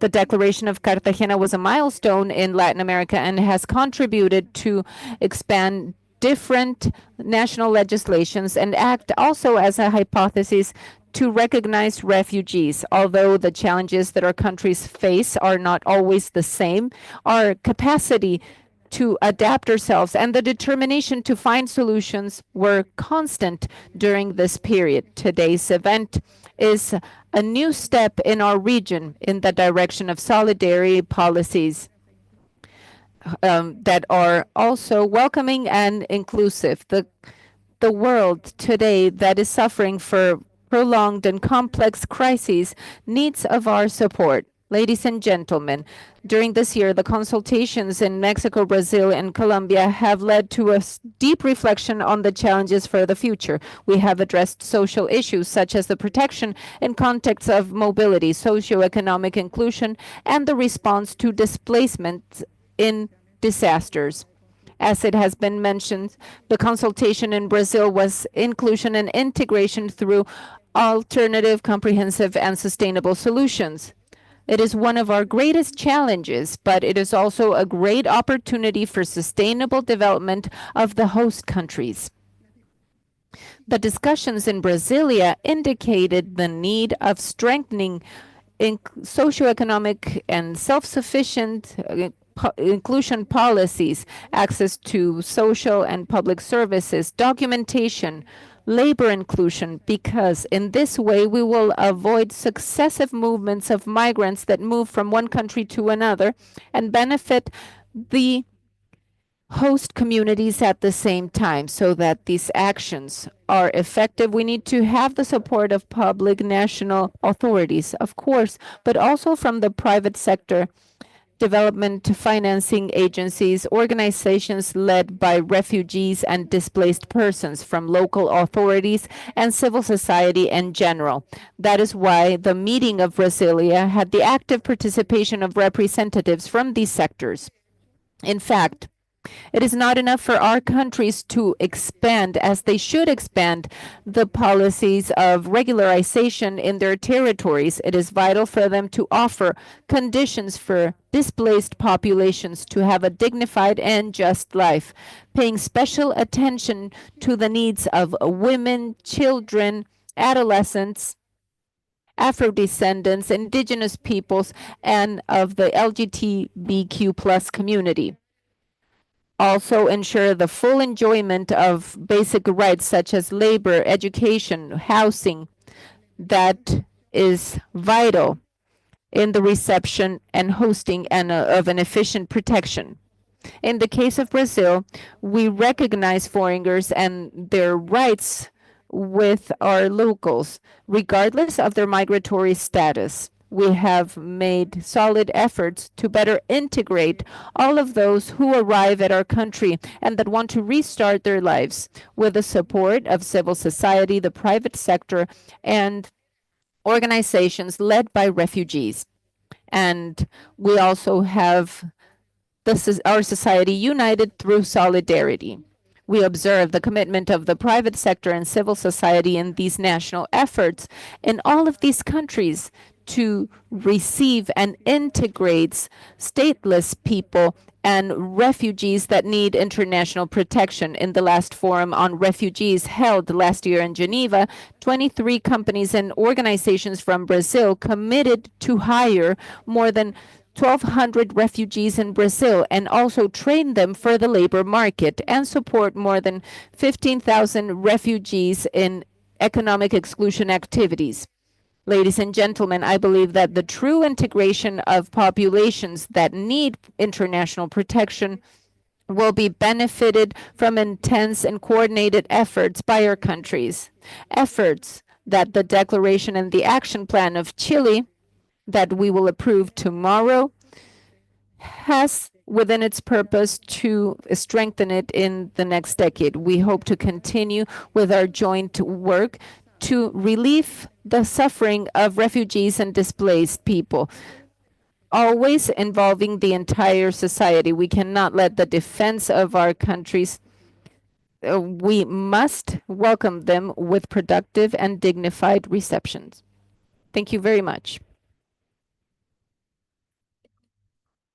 And now, thank you very much for sharing the substantial results of the consultation in Brasilia and also for the ongoing support of Brazil during the entire process. Thank you very much.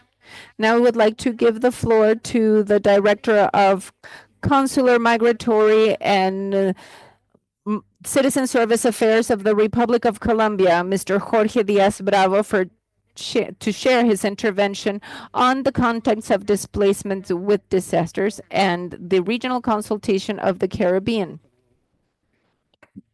Compañeros de panel, señora.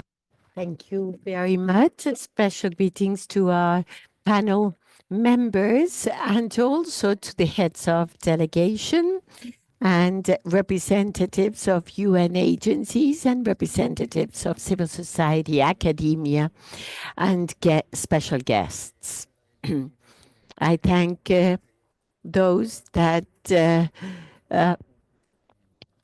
were in this panel for their great contribution for the Declaration of Cartagena, and also the subsequent declarations that have extended definitions. Today, after 4 decades, we have been witnesses of the constant evolution of this valuable instrument, going to a more multi-causal scenario that seeks responses more adapted to present situations of those who are forced to flee their countries seeking security. We participated in the launch of the 40 years of the Declaration of Cartagena, jointly with Mexico, Brazil, and Chile. Since then, we committed to support this process that has allowed to identify new humanitarian challenges and promote responses to improve protection and solutions for those stateless persons and for displaced And in this, among the conclusions reached in the consultations, it was clear that natural disasters and climate change adverse effects are aggravating the multiple causes for forced displacement, internal and cross-border. This reality not only affects those who are forced to leave their residences, and also the host communities. Latin America and the Caribbean face significant challenges in climate change. The El Niño phenomenon has promoted floods or altering agricultural systems, leading to less production of food with severe consequences. Our region needs to have a regional coordinated response to protect, prepare, and make affected populations more resilient. We need to identify the main needs of protection and explore alternative sustainable solutions. The refugees, persons requesting refugees, stateless persons, and host communities face even greater challenges, calling for our urgent concentration, a monetary approach. Not only should there be reactive responses, but also we need to act not only to respond to the immediate crisis, but also to prevent future displacements and help communities in order to rebuild their lives with safety and security. It's important to promote solidarity, collaboration among the countries of the region. No country can face these challenges alone. In fact, the lasting constructive international cooperation is indispensable to face the immense challenges emerging out of the new dynamics of displacement we observe. Technical, scientific, and financial cooperation to strengthen national capacities is indispensable. Now, in spite of the fiscal and administrative challenges involved for our country, the receiving of 3 million migrants and many with the condition of refugee, Colombia continues making efforts to continue receiving, providing lasting solutions, and Colombia has strengthened the international protection system through different actions to process the thousands of requests for the condition of a refugee. Important resources have been allocated to reinforce the institutional capacity, and therefore with an investment project for next year as well. We are improving our technical capacity, developing a comprehensive information platform custom-made to the refuge system of Colombia. This technological tool, with the cooperation of UNHCR last July, allowing for traceability of the procedures from the moment the request is submitted to the solution, for timely responses and shorter times. And this has been in force since October of this year, as well as responding to new realities for girls, boys, adolescents. We have established a specific procedure for their requests, and this has resulted in a timely management of those applications. Also, we have launched a guide that illustrates and determines the condition of a refugee, and the guide was prepared with the support of UNICEF and UNHCR, and I thank both of you for this excellent support we have received from the agencies. And Colombia is working in a regulatory reform of the refuge system. We try to expedite and the processing of thousands of applications we receive every month. Together with the civil society, we are moving forward in campaigns on refuge as a system of international protection, and not merely promoting the regular condition of the person. And therefore, international protection systems sometimes are stressed and jeopardize the possibility for persons who are facing great risks in their countries of origin. Colombia reiterates its commitment in strengthening the efforts of international protection to address the situation of those requesting refuge internally and internationally displaced, for their rights and well-being be acknowledged and safeguarded in accordance with international standards. Together, we can build lasting, innovative, and effective solutions to achieve a real impact in the life of persons that flee their countries. Thank you very much to the host, to ECLAC and Chile. Thank you very much. Thank you very much, Mr. Director, for your intervention and also for sharing us the substantial results of the consultation on disasters, displacement that took place in Bogota, and also for your support in this process. Now, we will continue with the next segment.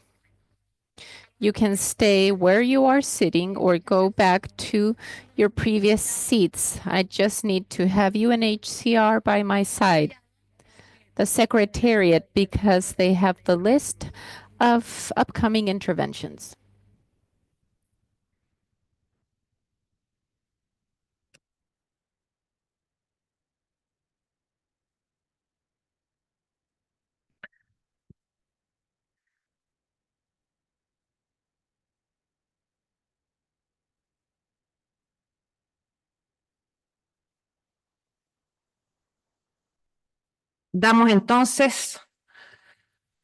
Partimos del siguiente.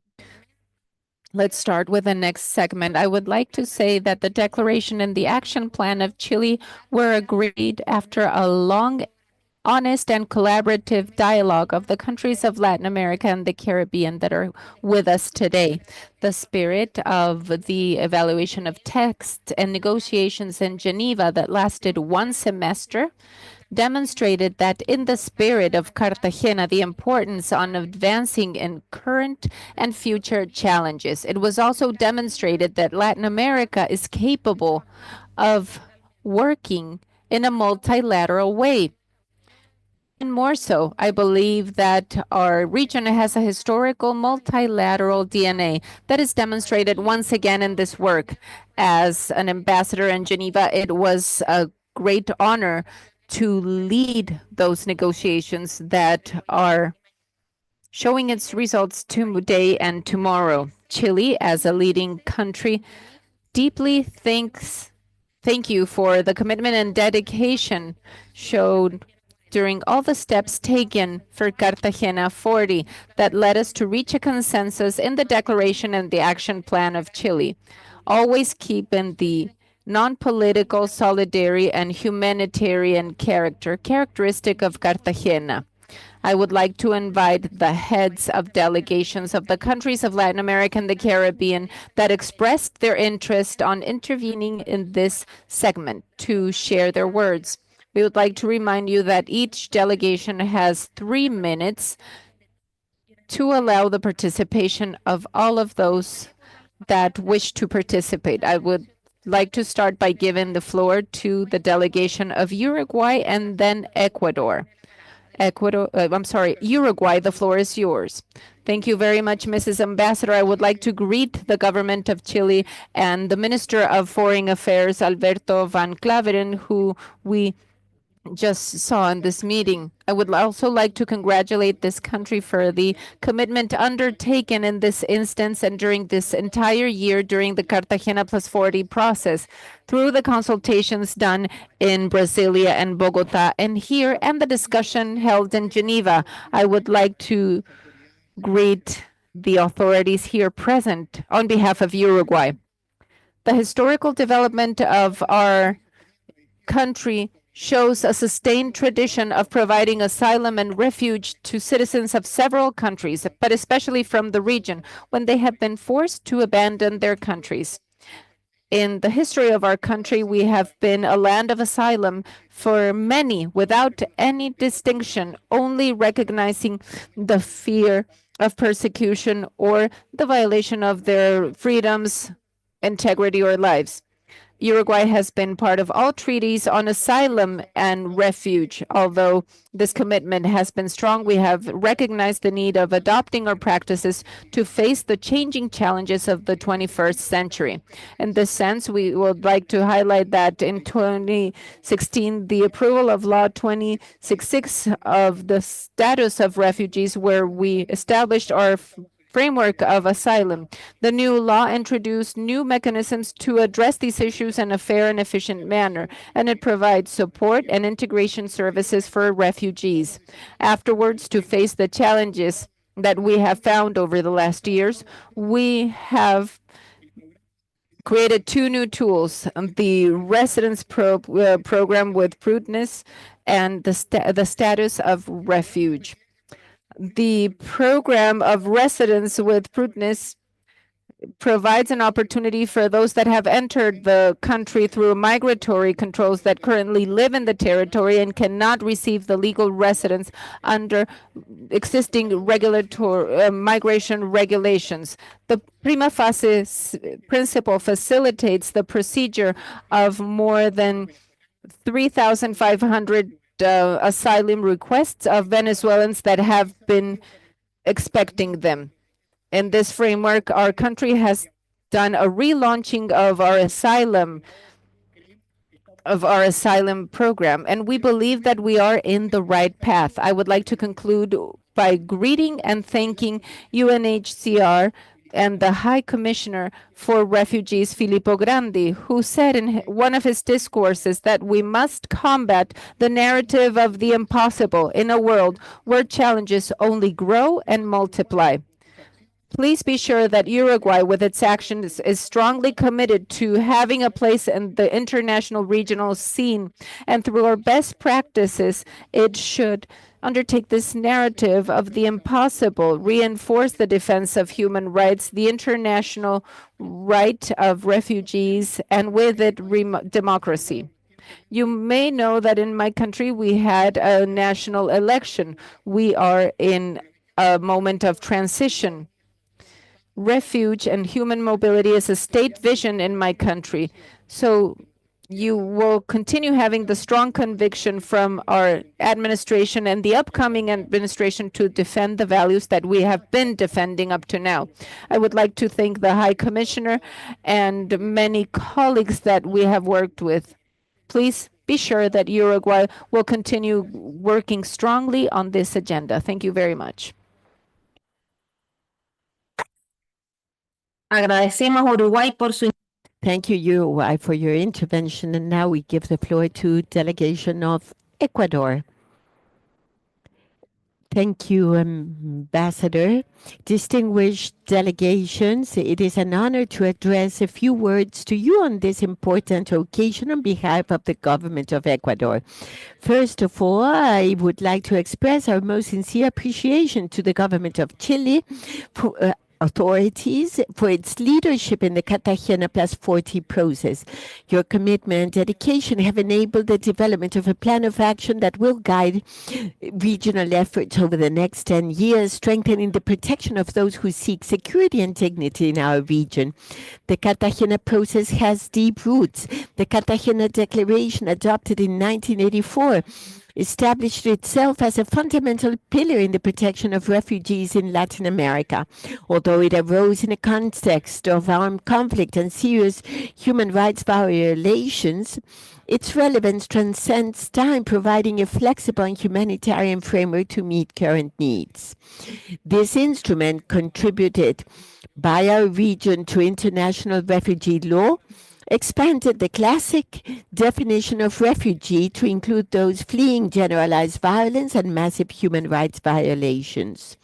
Its intergovernmental and technical approach demonstrates that working together can be adapted to the complexities of contemporary migration.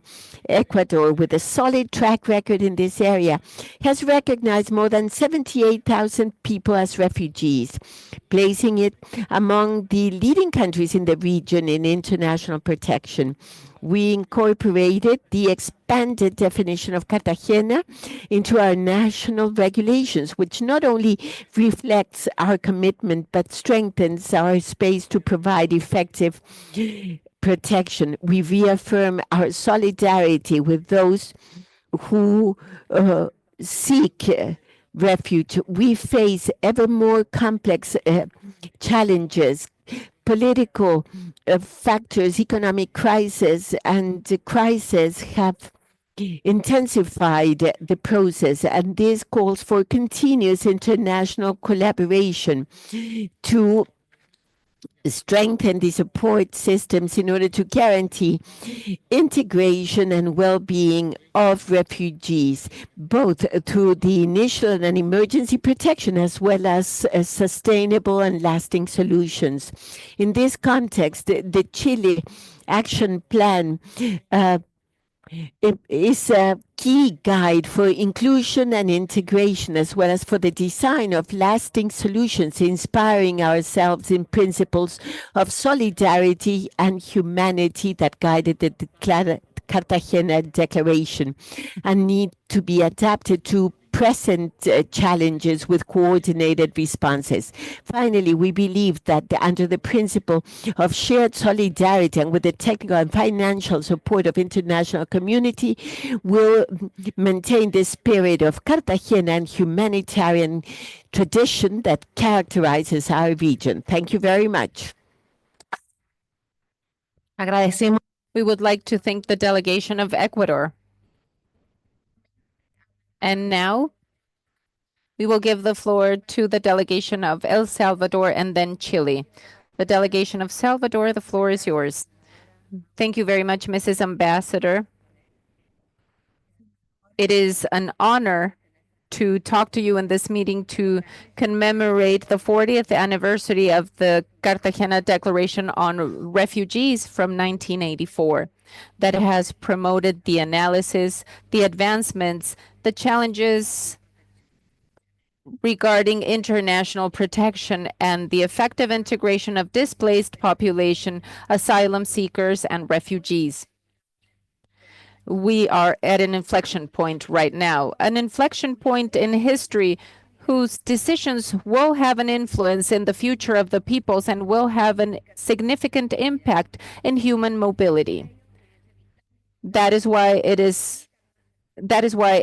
international protection is of vital importance as an essential human right and a shared responsibility globally and regionally. My country, El Salvador, has initiated this transformation process that prioritizes life, security, the creation of opportunities, and social cohesion, marking a new chapter in history. This vision is reflected in our strategy to address comprehensively the challenges of the changing context of human mobility. In that sense, as a country, we recognize the value of inclusive and participative dialogue promoted by the commemoration of the Cartagena+40 process, which has allowed us to renew, update, and adapt our commitments to address the new challenges of displacement, strengthening in this way international protection systems and the quest for long-lasting solutions for refugees, asylum seekers, and displaced persons through the inclusion of actions and priority goals in the action plan of Chile 2024-2034 as part of the regional implementation of the Global Compact on Refugees. As a nation, we recognize in the declaration and in the action plan in which, due to specific regions, we will not undertake our direct participation for reasons that were previously established or provided. However, we reaffirm our commitment to advance in a spirit of mutual respect and friendship among peoples, which are vital pillars within our international coexistence. El Salvador is implementing the responsibilities undertaken in the Global Compact on Refugees, which are related to the Cartagena+40 Declaration that will continue strengthening international protection mechanisms and the solutions of emerging challenges. My country has centered its efforts in strengthening and adapting protection mechanisms and solutions to these new challenges to ensure that international protection seekers can have a dignified treatment. In this sense, the government of President Nayib Bukele guarantees a dignified attention with a human rights approach. This approach seeks international protection in El Salvador, and that is how the Commission for the Determination of the Condition of Refugees has advanced in the implementation of the Integral Assistance Protocol for refugee seekers and refugees launched in the end of 2023. A few days ago, we also concluded the new space of construction that is in place for all users.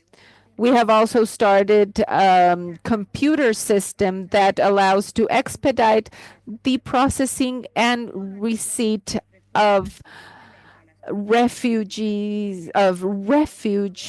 applications. This is in favor of people that need international protection. To conclude, I would like to reaffirm the strong commitment of my country, El Salvador, in favor of refugees, asylum seekers, displaced people, and people in situation of human mobility, working with an approach of shared responsibility and human rights, incentivizing the fact that we should not lose our common objective, which is creating security and opportunities for our populations. Thank you very much. Agradecemos a la We thank the delegation of El Salvador, and now we recognize delegation of Chile and Brazil will follow. Yes. Thank you, Ambassador Fuentes. Good afternoon, everyone. Last week, the High Commissioner of the UN for Refugees reminded us that the world lives new and prolonged crises that have led to forced displacement of unprecedented millions of persons. Although our region also faces challenges, the key question is how Latin America and the Caribbean can contribute to international protection and solutions that will save lives and will offer those who need it most a future with dignity. The possible responses to this question are several, and many highlight the importance of solidarity, cooperation, and shared responsibility. However, I would like to stop in the or dwell in the process of Cartagena as a model that can help other regions. We have contributed uniquely in the world in a humanitarian and solidarian way, showing in these years our commitment with reality, the process with consultations and negotiations that ended in the Declaration and Plan of Action of Chile. Although states have a primary responsibility seeking solutions, it's fundamental to add efforts coordinated with multiple actors and stakeholders. It is crucial to incorporate the private sector, promoting a network of solidarity enterprises, and civil society, including associations and groups of refugees and academia. Cartagena+40 represents a privileged space to have all these contributions oriented to the concrete needs of our countries, of our region. These efforts need to be integrated with the work already conducted by the UN agencies, the International Red Cross, as well as other actors of development and financing, all of them essential to continue underscoring the value and principles of our region. The mechanism of monitoring and tracking will play a key role. It will be a constant dialogue facilitating coexistence, solidarity, and underscoring best practices. We will advance towards a system of strengthened protection focused in those that need it most. Thank you very much for your participation and presence today. Agradecemos. We would also like to thank the delegation of Chile and the delegation of Brazil, and then Bolivia, please. Thank you very much, heads of states, ladies and gentlemen. I would like to start my intervention by expressing the pride that we feel where the Nansen Award of this year was given to Rosita here with us. And that has had a transformative impact in the lives of many people in situation of vulnerability in Brazil. Thank you very much, Sister Rosita. Over the last 10 years, our region has made great advancements. Several countries have strengthened refuge national systems. They have expanded legal means of admission, even providing more positions for resettlement. Several coordination mechanisms have contributed to strengthen the dialogue and share best practices in our countries. Brazil has actively contributed to consolidating our region as a place for reception and solidarity. The humanitarian visas that we have given to people affected by crises in Haiti, Syria, Afghanistan, and Ukraine show our continuous commitment with international protection. We have strengthened our National Committee for Refugees. The implementation of the online system for applying as a refugee in Brazil has revolutionized our protection system, expediting the application process for refugees. This technological advancement has allowed us to reduce significantly waiting times and improve the quality and quantity of services for those requesting refuge. At the end of 2023, we launched the Host Cities National Network to address the efforts of integration of refugees. And we are about to publish a policy on refuge and statelessness that offers a guarantee of rights and promotion of social inclusion for those populations. In November, we held the second national conference on migration, refuge, and statelessness that we have called Co-Migrar, a debate instance and decision-making process that guarantees the direct participation of civil society in the formulation, implementation, and evaluation of national policies. An aspect that we must highlight is the appreciation of social participation, where migrants, refugees, and stateless people are recognized as subjects of rights that have a voice in the policies that concern them. Brazil, Latin America, and the Caribbean have advanced in protection issues, each one at their own pace and with their own circumstances and priorities. Our region, as it has been mentioned before today, shows record numbers of displacement of populations, which demands our countries to look for innovative and broad responses. Brazil reaffirms its commitment of solidarity with our region so that we can strengthen the legacy of Cartagena together in the next decade. Thank you very much. Thank you, delegation of Brazil. Now, we recognize delegation of Bolivia, and then Panama will follow. Thank you, Ambassador. Good afternoon, everyone. The plurinational state of Bolivia is pleased to participate in the ministerial event of the Cartagena+40 process. Our thanks to our hosts for the organization of this event and for the work that jointly with UNHCR have conducted through the process of consultation and dialogue to reach the declaration and action plan of refuge refugee persons. We commemorate 40 years from the Declaration of Cartagena, and the spirit of Cartagena marks a tradition towards the protection of refugees, solidarity and cooperation among our countries. The global challenges, mainly economic, humanitarian and climate change, have affected the number of persons displaced and needing international protection.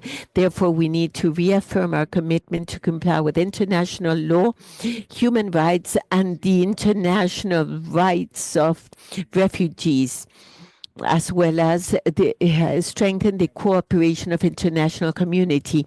The asylum seekers, displaced persons, and stateless persons need to reach integration in the host society or country. For that, we need plans and standards seeking the protection with a humanitarian, apolitical, and practical approach. Therefore, structural causes must be addressed for our actions to provide effective, solidarity, and long-term responses. Our region has faced significant challenges given the global crisis, and we underline the importance of the existing challenges, maintaining the best practices, reinforcing them, and therefore we welcome the process led by Chile in all the regional consultations throughout this year.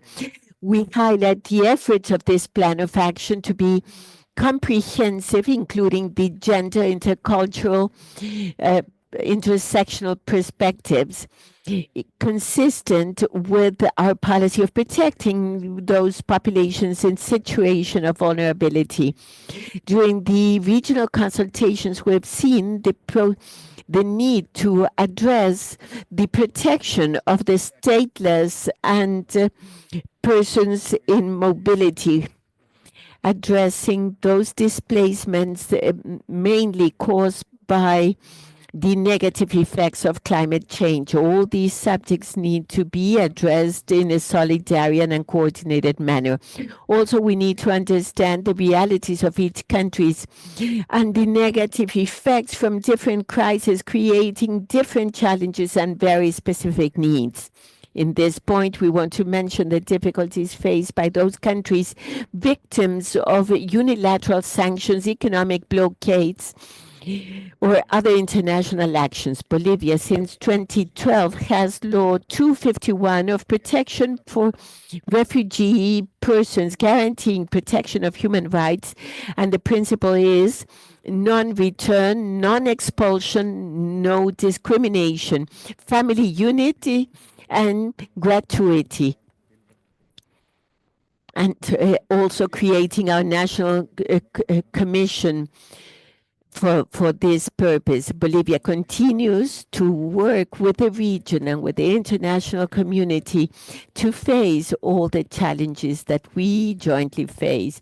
We will continue to be loyal to the principles of solidarity, dialogue, and cooperation to find sustainable solutions and guarantee the protection and well-being of the refugees and of the host communities.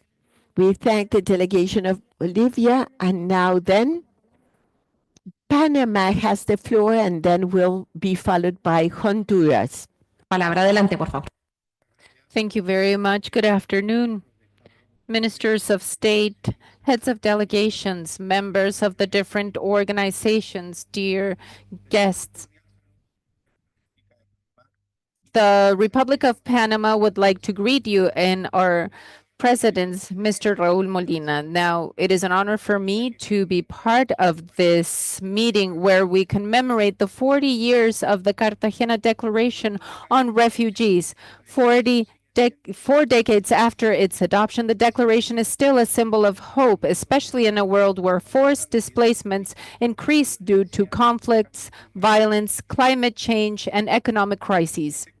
In this context, I would like to highlight the reality that Panama is facing, a crucial transit country for thousands of migrants that go through the Darien rainforest. This year, approximately 300,000 migrants have crossed the Darien, which implies a significant economic and humanitarian challenge for our country. Most of them come from Venezuela, also from Haiti and Ecuador. And we see an increase of migrants from countries such as Afghanistan, China, and India. The journey through the rainforest exposes these migrants to extreme risks, all types of violence, sexual exploitation, diseases, and unfortunately death in some cases. Panama has implemented initiatives such as Controlled Flow Initiative to manage transit in an orderly manner. However, resources are limited and the reception facilities are in the border of their capacities. We also have another challenge because the Darien rainforest, a natural lung, is being contaminated due to the massive flow of people and the accumulation of garbage that they leave after passing. Despite these challenges, Panama continues committed to the protection of refugees and migrants. Together with UNHCR and different organizations, we have promoted programs that guarantee the integration of these people in our society for them to achieve sustainability and well-being in the long term. However, we must remember that it is not enough to manage the immediate consequences of displacement. We must attack underlying causes such as the lack of democracy, inequality, and climate change. As an international community, we work together, we can reduce these causes over time to create a more promising future. In this anniversary, we must reflect on the challenges that we have overcome, but also the ones that are to come. The Declaration of Cartagena shows us that the protection of refugees is a shared responsibility, and therefore we must strengthen regional cooperation to provide coordinated responses. We must advance towards a future where refugees do not only find refuge in our land, but also dignity, stability, and hope. This is a full inclusion. Thank you very much. Agradecemos We thank Panama. And now the delegation of Honduras and Peru will follow. Thank you. I have the honor of addressing you in this significant event where we commemorate the 40 years of the Cartagena Declaration that marked a before and after in our region. In 1984, Honduras was the country with the largest number of refugees in Central America. We received persons from the 3 neighboring countries. It was a time marked by the Cold War, internal conflicts, and guerrillas. It was within that framework that Cartagena emerged as our compass and leading the government to an effort to safeguard the human rights and protection of refugees in spite of the legal limitations of the moment. Thanks to the Declaration of Cartagena and the support of UNHCR, Honduras adopted solid measures for the protection of refugees with a direct and positive effect on its human rights. This declaration not only represented a regional commitment, but also was a practical tool for the government to offer effective responses in a critical context and with absence of legislation at the time. Today, in view of present challenges of human mobility, we reaffirm our commitment with our principles. In our region, internal displacement affects millions of people that abandon their homes given the violence, natural disasters, and economic exclusion. This phenomenon affects more than 2.47% of our population. And in response, Honduras has enacted a law of internal displacement, not only recognizes the responsibility of the state in the protection and assistance of the displaced persons, but also includes innovative elements like the registration and recovery of property. This specific component places our legislation as a model to be followed in the region and the world with the technical support of UNHCR and other international agents. Since 2015, Honduras has faced an important challenge, receiving more than 1 million of returned nationals. And this is recognized, and this should be addressed with a comprehensive approach. Honduras, as a transit country, has shown its full commitment with regional solidarity. Since 2022, since 2015, more than 1 million persons have crossed our borders, including 504,000 in 2023 to the north. Our government has implemented a system of registration guaranteeing their safe pass in the territory, exempt of any fine, with an amnesty. And this registration or register protects them from possible abuses, and Honduras has opened doors to welcome those seeking refuge, and with our solidarity and goodwill. However, most of those persons choose to continue to other countries seeking final destination. In the spirit of Cartagena, Honduras reaffirms its commitment with human solidarity, and we recognize that the challenge of human solidarity calls for integral solutions addressing not only the emergencies but structural causes that give rise to displacement.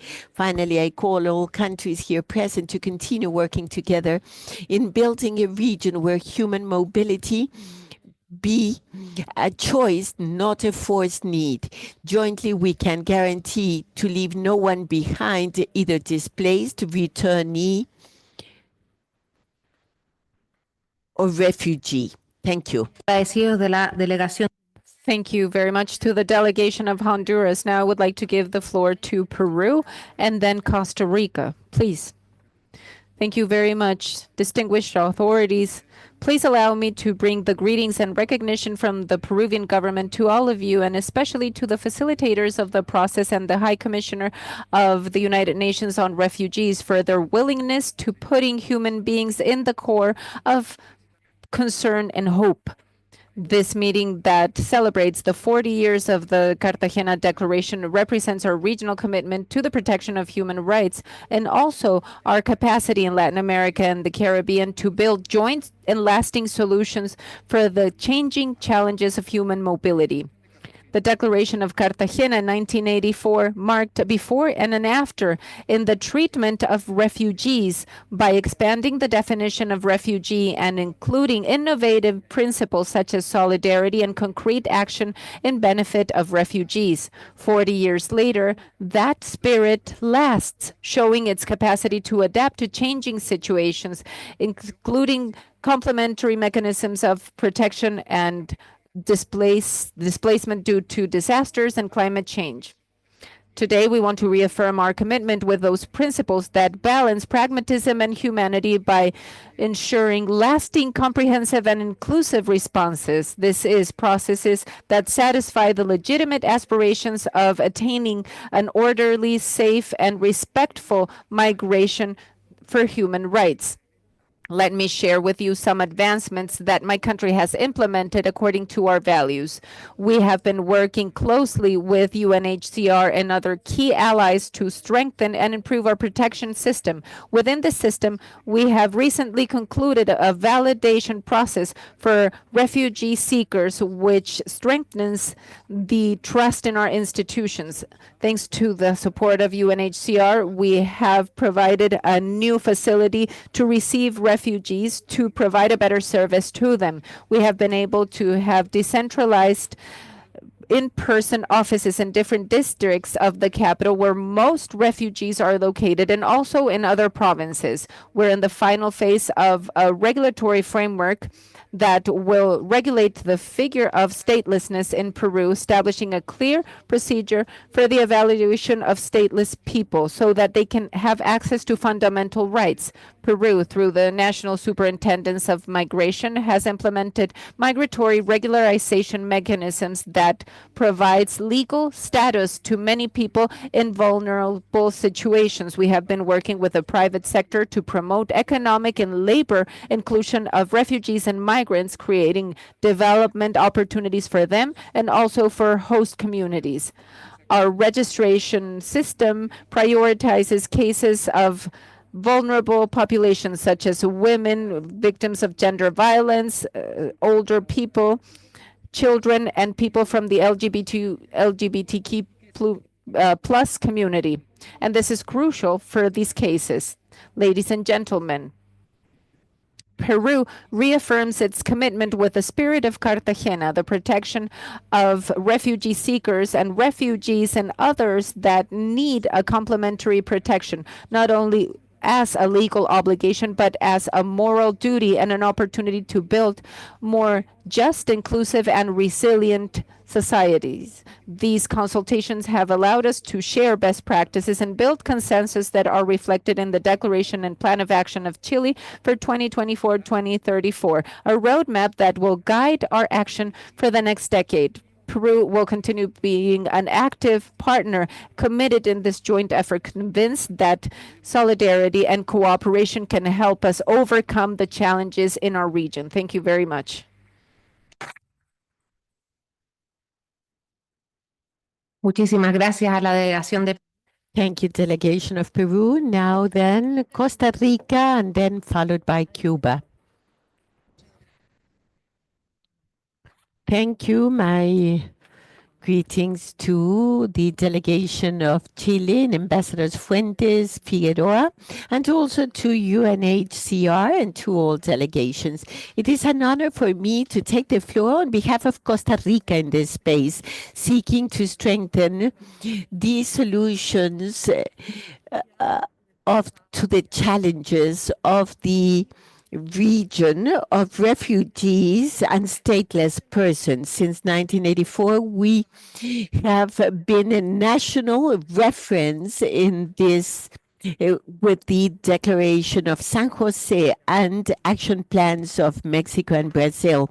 This legacy of cooperation and lasting solutions is what allows us today to celebrate a new milestone, the Declaration and Action Plan of Chile, a collective achievement that with the leadership of Chile will be adopted tomorrow and will allow us to transform challenges into opportunities, always placing persons in the center of our action.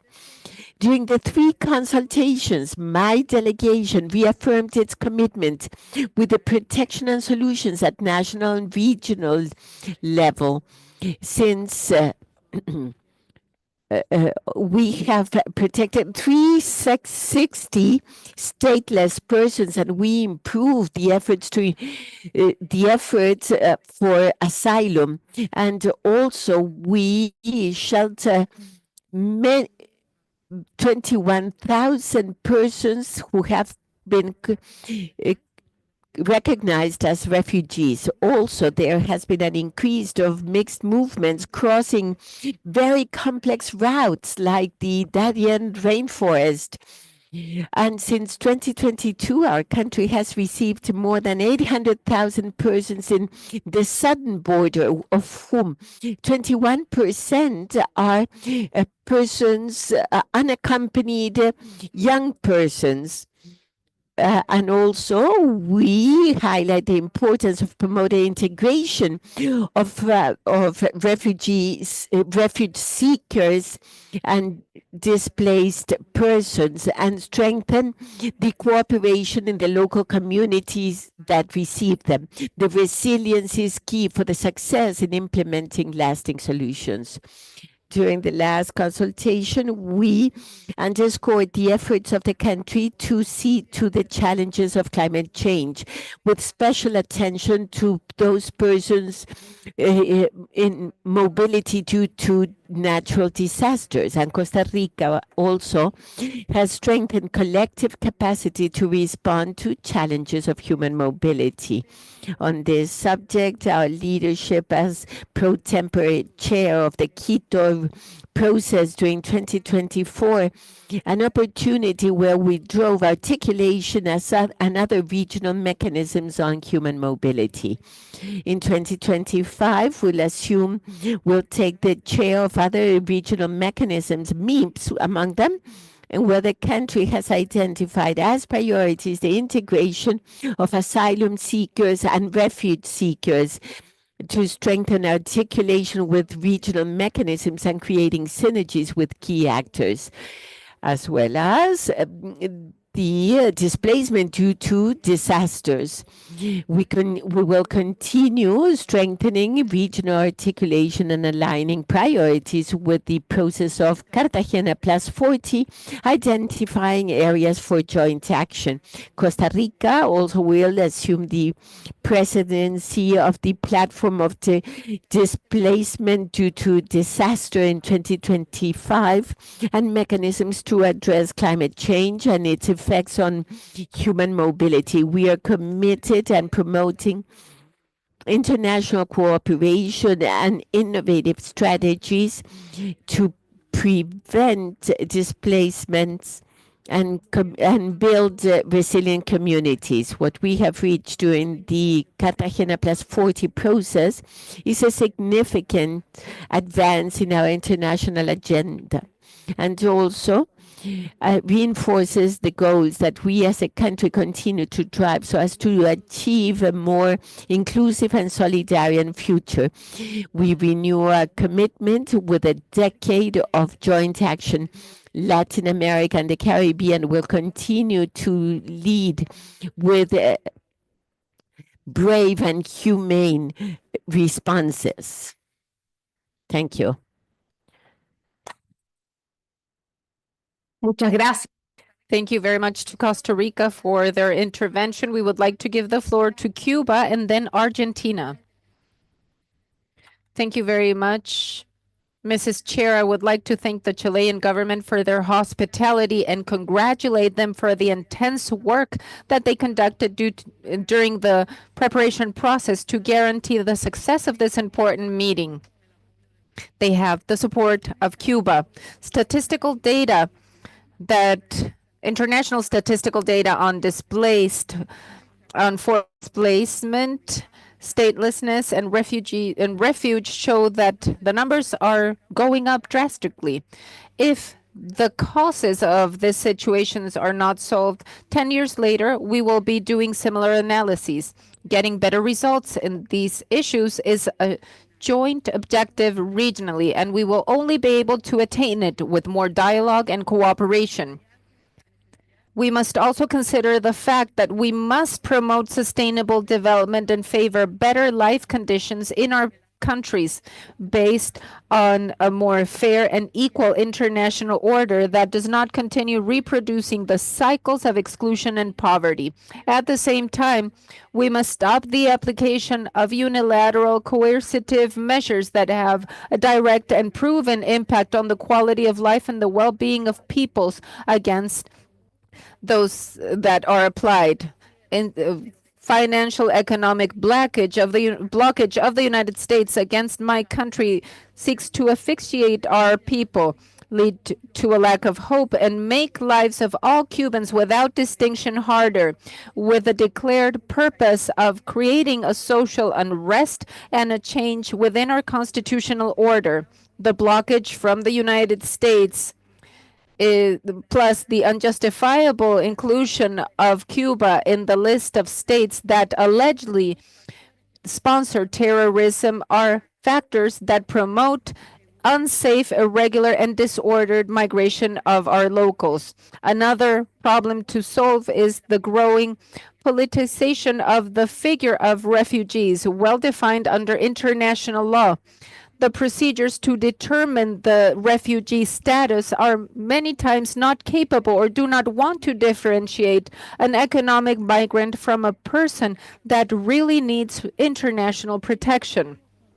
They do not only contaminate statistics, but also affect the spirit of the Convention on the Status of Refugees. In that sense, UNHCR must do its mandate in a better way. It is unacceptable for the agency to be part of these political exercises. One example is the recent inclusion of 2 Cuban athletes in the Olympic team of refugees in Paris 2024, knowing perfectly that these people do not qualify as refugees by not suffering any type of persecution. And UNHCR supported this. This situation is unacceptable and cannot be repeated. Otherwise, the affected is the agency. Mrs. Chair, the commitment of Cuba with the attention of refugees in our country has been demonstrated. All refugees staying in Cuba can have full education for free by attending without distinction to the same schools than Cuban students. Similarly, during the 30 years of cooperation with UNHCR, Cuba has granted governmental scholarship to more than 3,500 young people that have been recognized as refugees. To complement the teaching process and favor their adaptation to society, these people enroll into Spanish courses. They are also provided with free access to medical services. Recently, the country passed migration laws and also the ones for citizenship that expands the protection margin in Cuba of people that need international protection. Finally, I would like to ratify the commitment of Cuba with the protection of refugees and stateless persons and their positive contribution to dialogues and regional initiatives on refuge, displacement, and migrations in the region. I would like to reiterate our salutations to the government and the Chilean Foreign Affairs Minister for making this meeting possible. Thank you very much. We would like to thank the delegation of Cuba for their intervention, and now we will give the floor to the delegation of Argentina and then Belize. Thank you very much. Good afternoon, especially to the permanent representative of Chile in Geneva moderating this session, and the rest of the representative authorities of UNHCR and the representatives of the countries here with us. When starting this intervention, I would like to thank the government of Chile for the leadership that they have exerted in the Cartagena+40 process, and especially due to the facilitation that has led to reaching a regional consensus around the declaration and the action plan that we foresee to be adopted. We would also like to thank the governments of Brazil, Colombia, and Mexico who have hosted the consultations that allowed to contribute to the creation of the documents, and also UNHCR for its work as the technical secretariat in this process of Cartagena and for the support that it has provided in this event. Argentina celebrates the consensus reached for the adoption of the Declaration and the Action Plan of Santiago because it comprises a comprehensive approach for refugees, displaced persons, and stateless persons. Notwithstanding this, I cannot leave aside the fact that this meeting is an opportunity for Argentina to disseminate the great concern of the entire Argentine nation regarding the situation known today with a group of asylum seekers in our embassy in Venezuela that unfortunately do not have water or light, and for some weeks have been in a situation that violates all international treaties and cooperation and solidarity frameworks for those that are under those situations. Having said that, I would like to make some considerations that have to do with specific issues that are addressed in this declaration and in the action plan that has been adopted.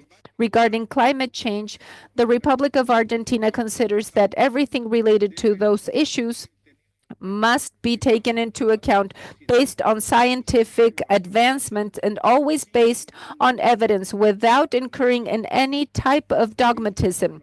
At the same time, the Republic of Argentina expresses that according to Article 41 of its national constitution, all inhabitants have the right to have a balanced environment for human living and to satisfy the needs without committing future generations and taking into account the duty of preserving them. The Republic of Argentina would like to highlight that given the potential that it has to do critical minerals exports and energy and renewable sources, the practices in the agricultural sector, given the vast forestry industry that we have and the way in which the technology is managed, allows to capture carbon in a greater way than developed economies that are always presented before public opinion as leaders in sustainability. Regarding the adoption of a gender perspective and a gender approach, the commitment of the Republic of Argentina with women's rights is always sustained over time, and it is expressed in its legislation and in internal practices that go beyond international standards. However, we know that applying a sectorized perspective to understand human rights leads to inequalities that go against the objective of non-discrimination, which is what is actually intended. If law is only interpreted through gender perspective, we leave aside other approaches or perspectives that are as important, such as those of children, older persons, people with disabilities, or mental health issues. That is why Argentina understands that instead of only gender perspectives, we should use more inclusive perspectives such as vulnerability. And that is why Argentina understands the term gender as it was pacted in the Rome Statute in Article 7.3. The Republic of Argentina participates in good faith in international forums to improve development and peace and social life. The intersectionality is a theory of anti-discriminatory right that does not have consensus in the scientific arena. Intersection fragments anti-discriminatory categories, running the risk of putting people in them and perpetuating discriminatory stereotypes. That is why Argentina would rather use the perspective of vulnerability, which is more flexible and does not lead to stigma.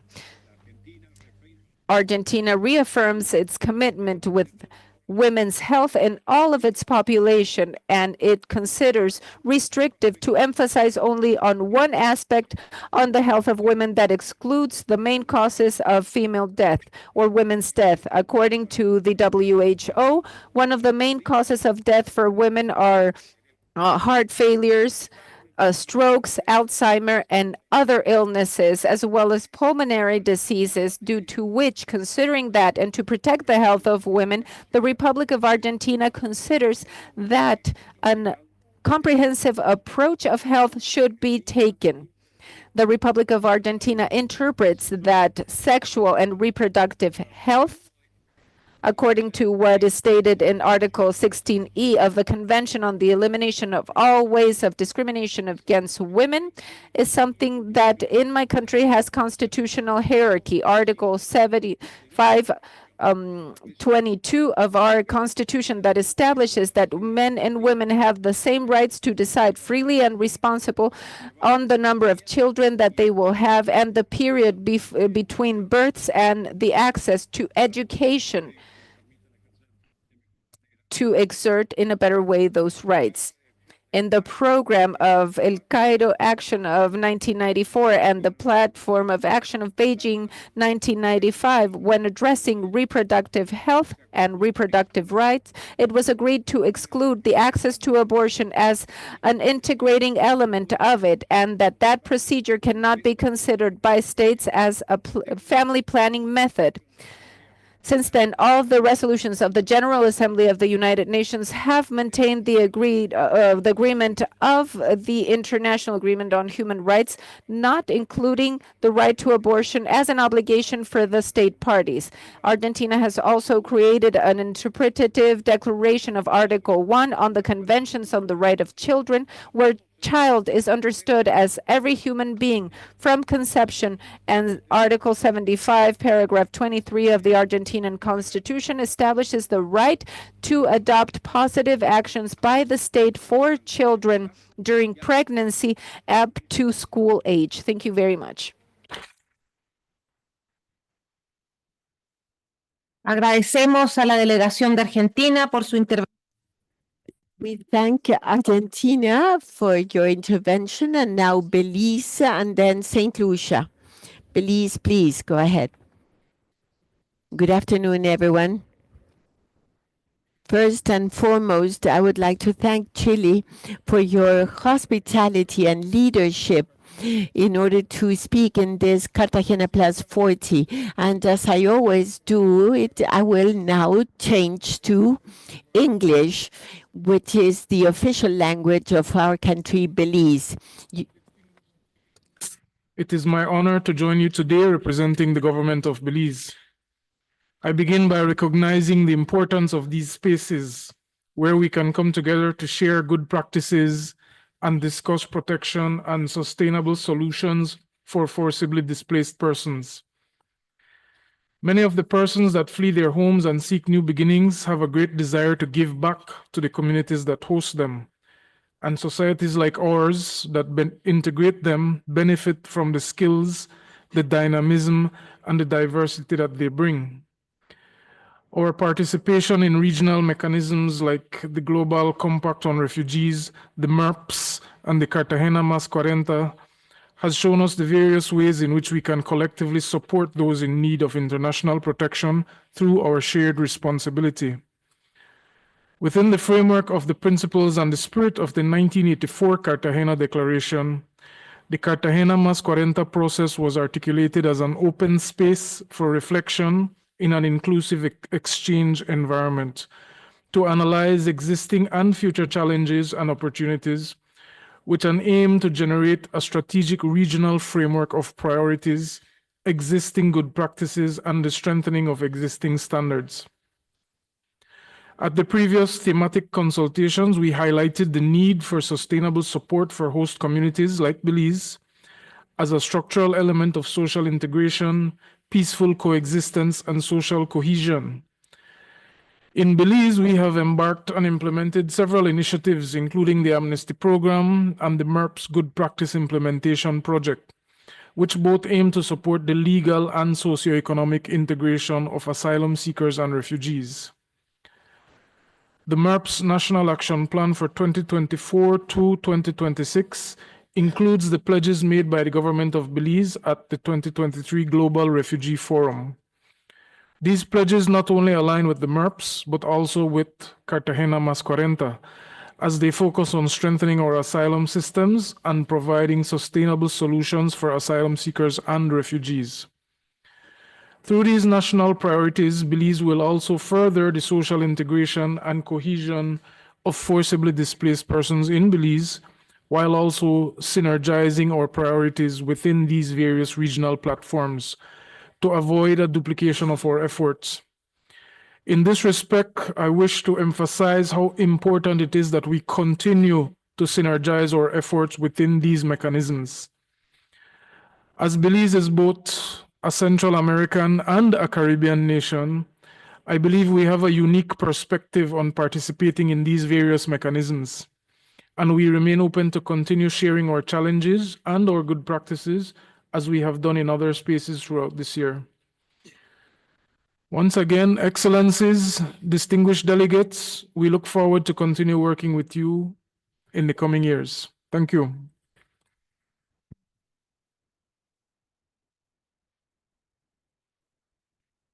Let me thank the delegation of Belize for your intervention. Thank you so much.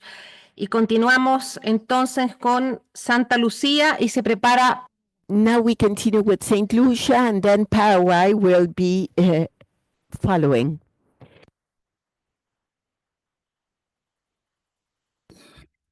My apologies. Thanks much, Madam Ambassador.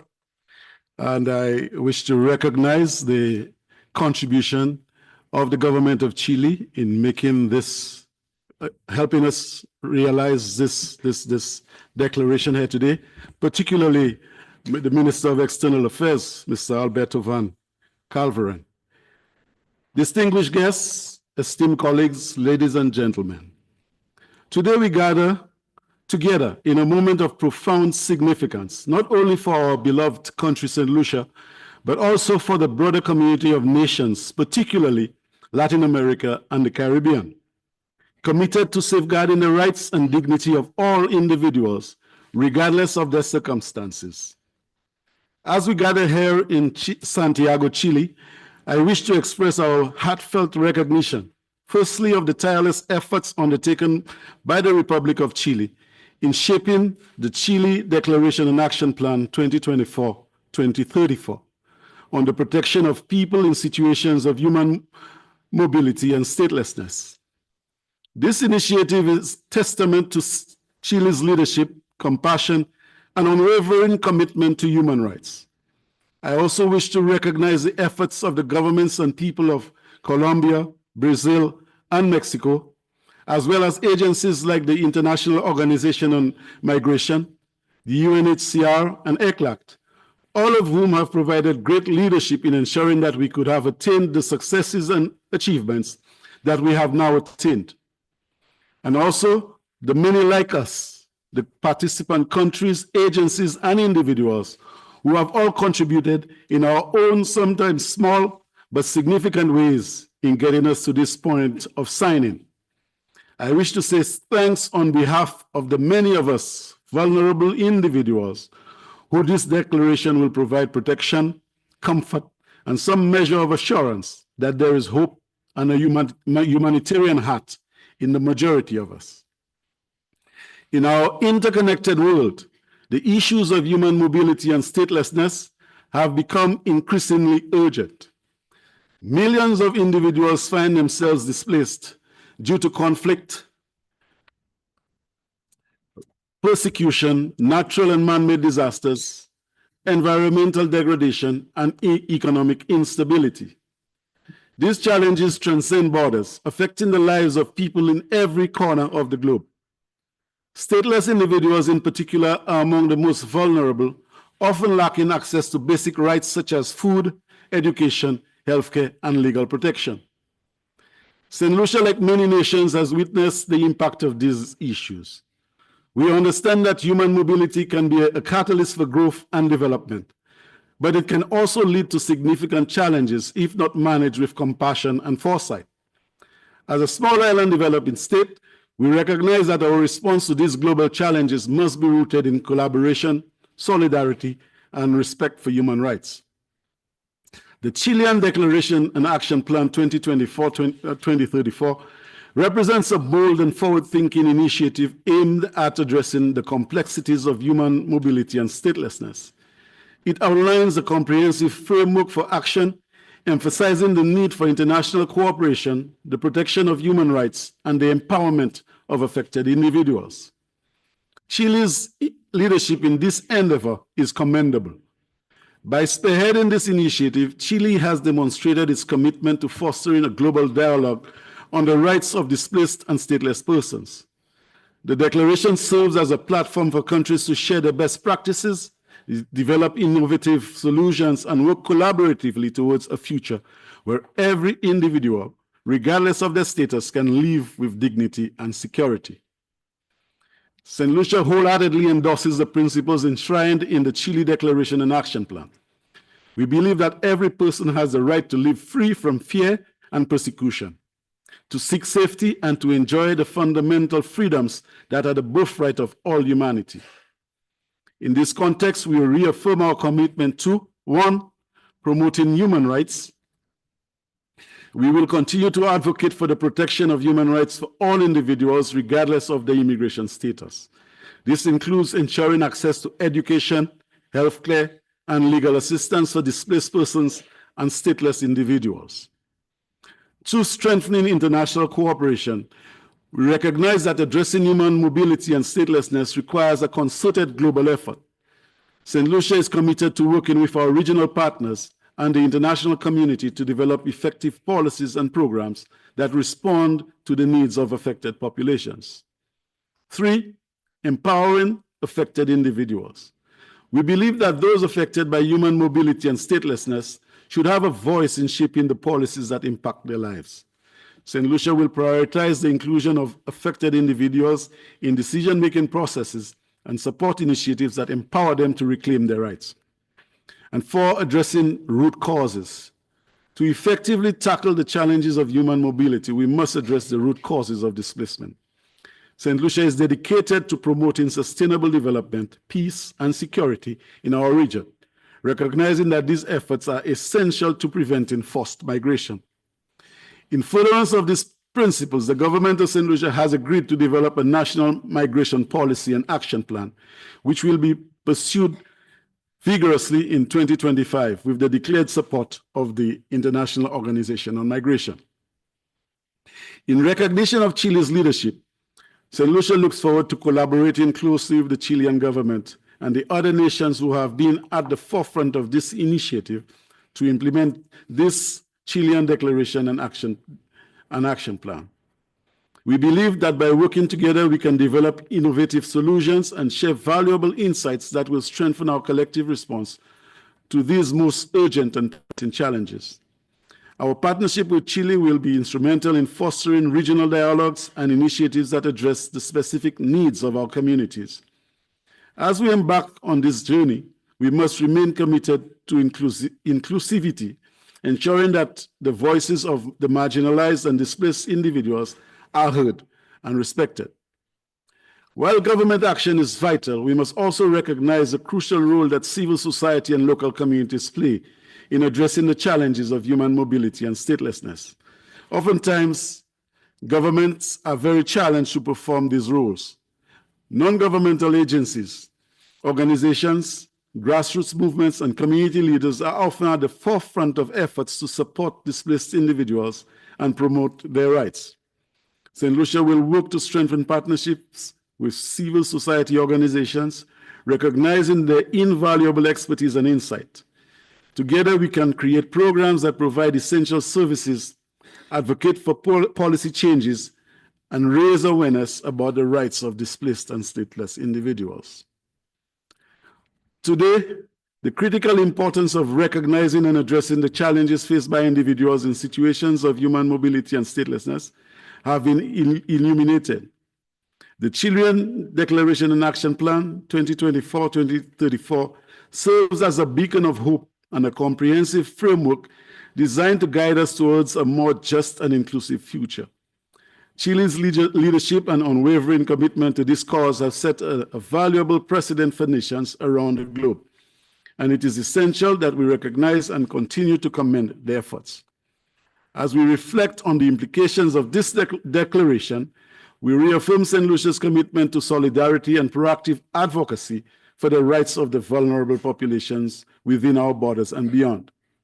Our unique position as a small island nation calls upon us to embrace our responsibilities within the regional and international community, striving to protect the dignity and rights of all individuals, regardless of their status or situation. Together, we face an ever-evolving landscape characterized by human mobility, and it is through collaborative efforts, mutual respect, and sustained dialogue that we can forge effective solutions. By adopting the principles outlined in the Chilean Declaration and taking decisive actions towards its implementation, St. Lucia has the opportunity to lead by example, demonstrating that compassion and understanding can derive meaningful change. Let us stand united not only in our acknowledgement of Chile's contributions, but also in our resolve to work collaboratively towards a future where every individual is safeguarded against the injustices of statelessness and displacement. Through shared responsibility and universal respect for human rights, we can build a world that honors the inherent dignity of every person, ensuring no one is left behind. As we move forward, I urge you all to join me in embracing the spirit of the Chilean Declaration and committing to the path of action it lays before us. Together, we can transform recognition into action and advocacy into tangible support for those most in need, creating a brighter, more inclusive future for all. I thank you.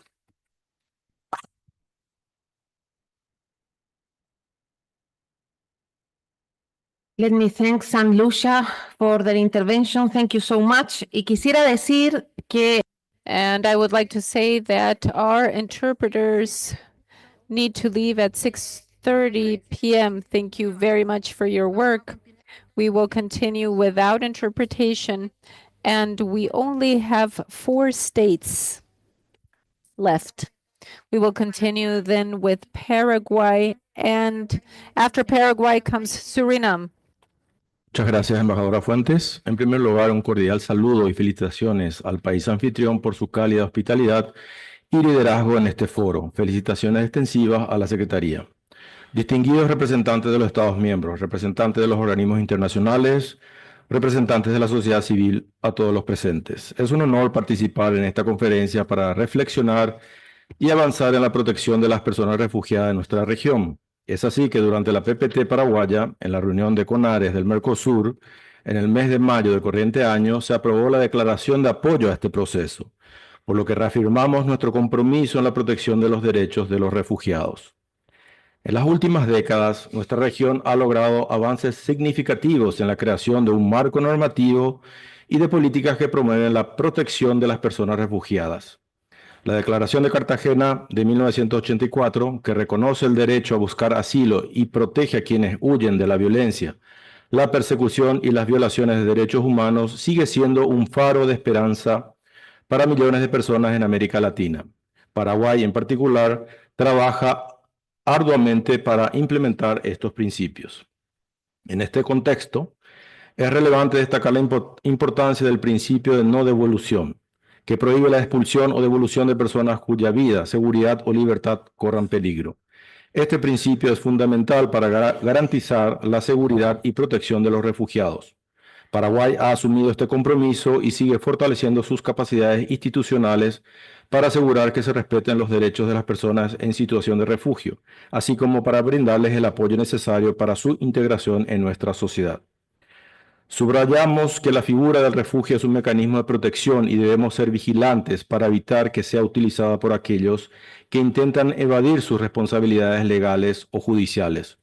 Es fundamental que mantengamos un equilibrio entre la protección de los derechos humanos y la integridad de nuestros sistemas judiciales. Para ello es necesario implementar procesos de determinación de la condición de refugiado que sean rigurosos, justos y eficaces, asegurando que quienes realmente necesitan protección reciban el apoyo que requieren. A través de la cooperación regional y el intercambio de buenas prácticas podemos fortalecer nuestras instituciones para abordar estos desafíos. En este sentido, es relevante promover el trabajo conjunto para garantizar los mecanismos de protección sean accesibles, transparentes y eficientes. Finalmente, hacemos un llamado a los países de la región para renovar nuestro compromiso en la protección de los refugiados, para brindarle un espacio seguro en la reconstrucción de sus vidas. La solidaridad y el respeto por los derechos humanos deben ser el eje central de nuestras políticas. Muchas gracias.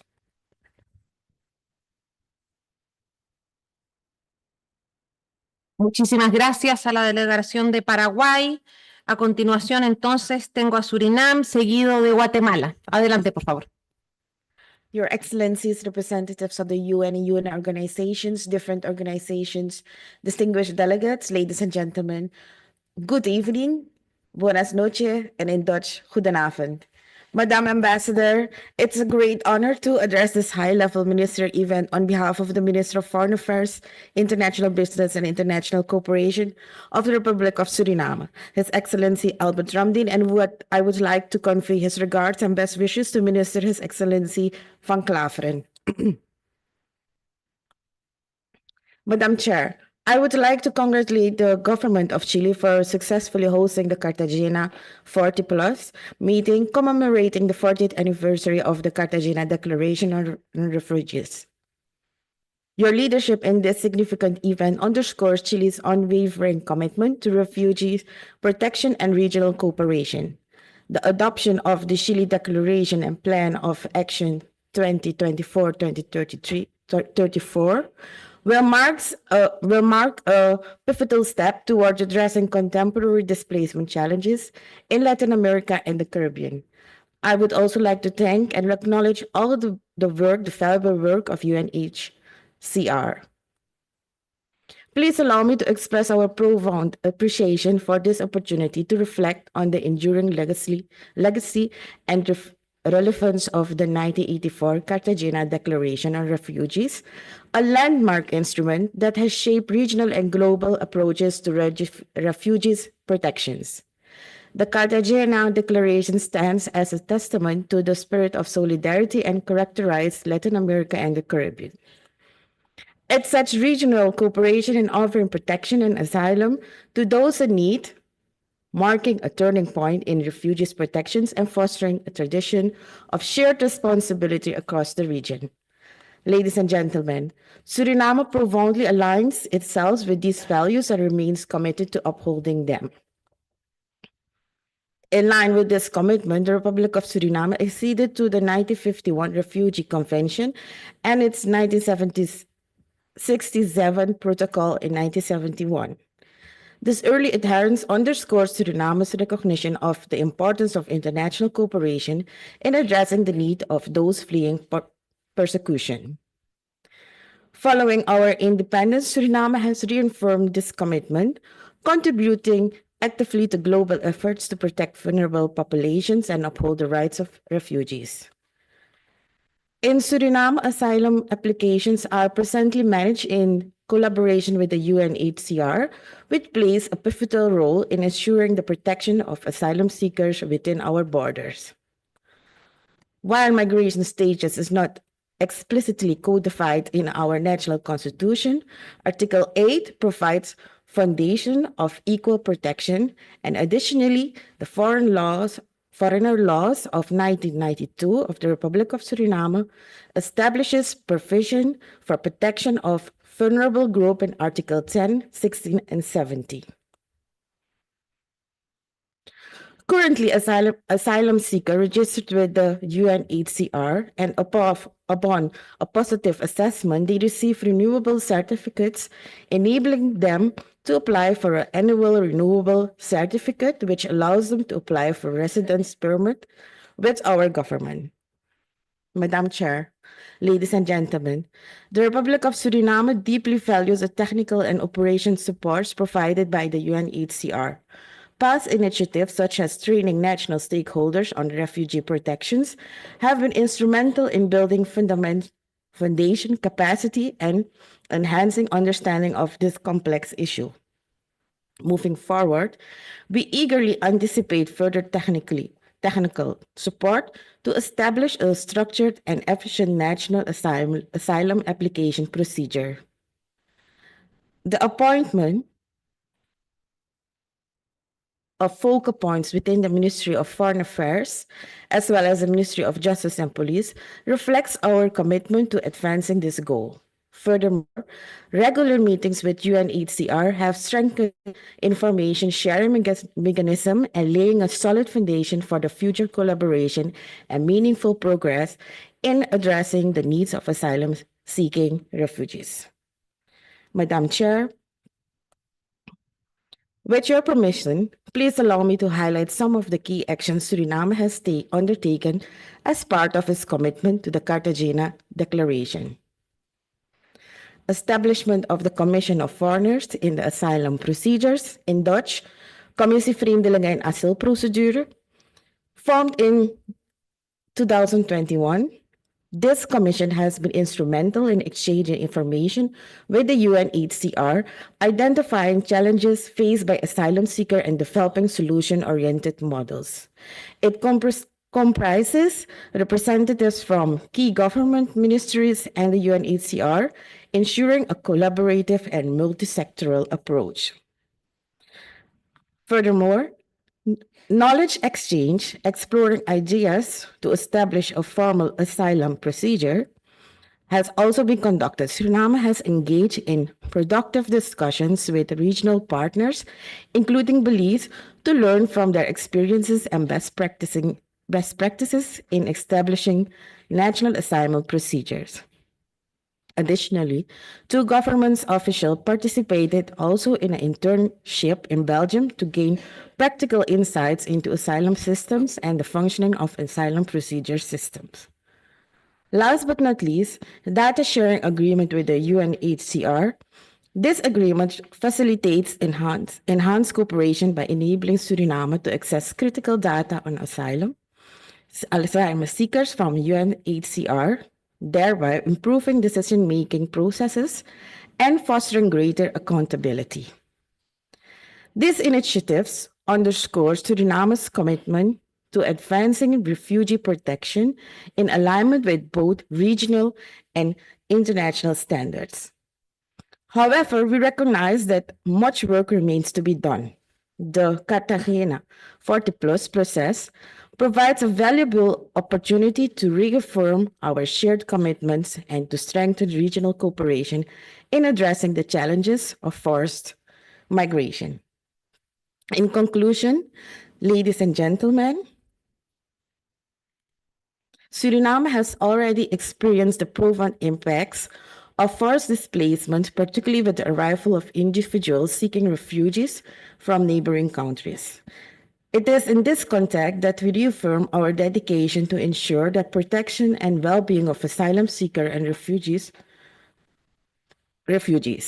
Through continued collaboration with the UNHCR and our regional partners, we will build on the progress achieved, striving from comprehensive solutions that benefit refugees, host communities, and the region as a whole. As we look to the future, let us honor the legacy of the Cartagena Declaration by renewing our collective commitment to solidarity, pragmatism, and cooperation. Together, we can ensure that the next 10 years bring even greater advancement in refugee protection and sustainable solutions to displacement challenges. Thank you all. Together, we stand as an ocean of strength. Thank you.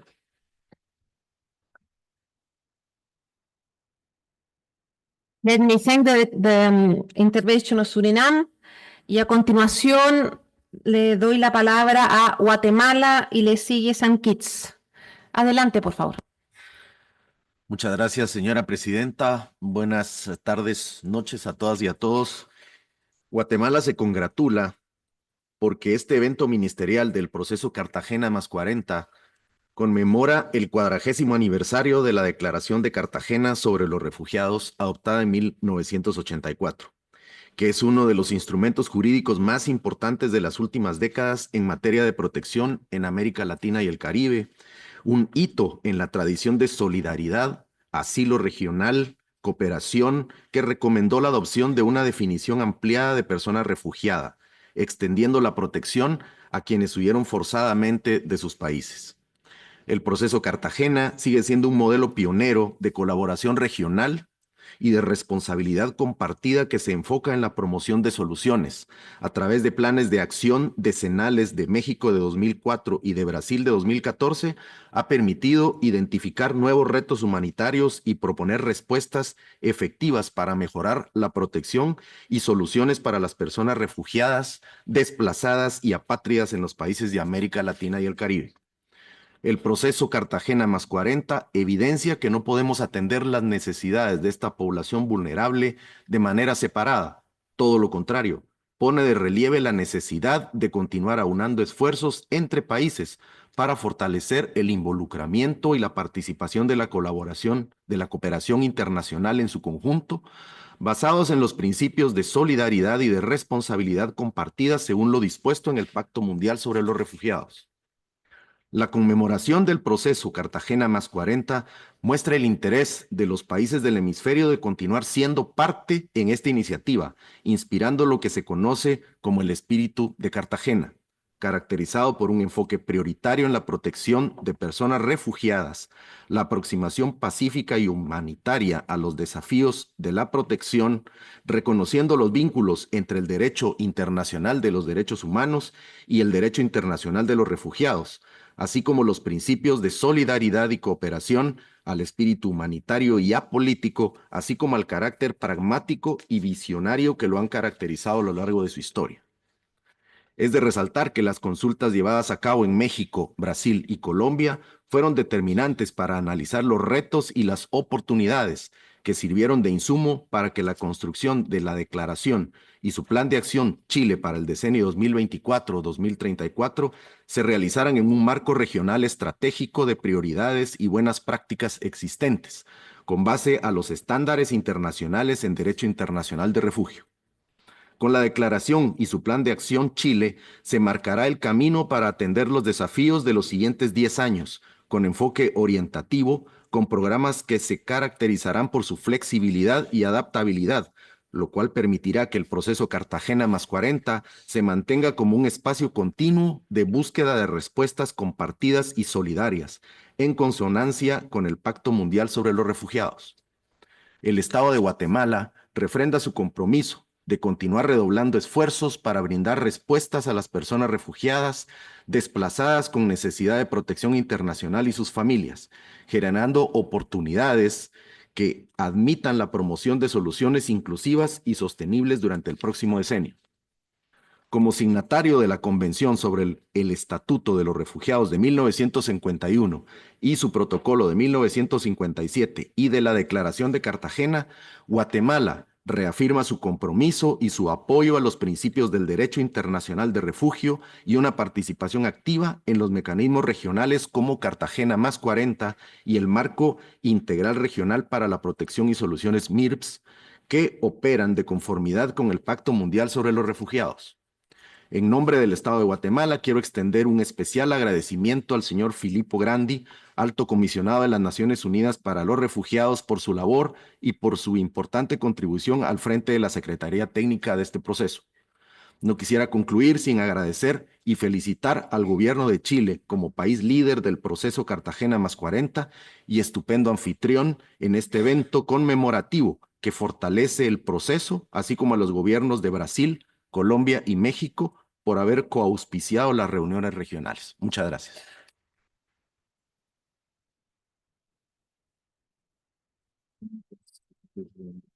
Muchísimas gracias a la delegación de Guatemala. Next, I have some kids. You have the floor.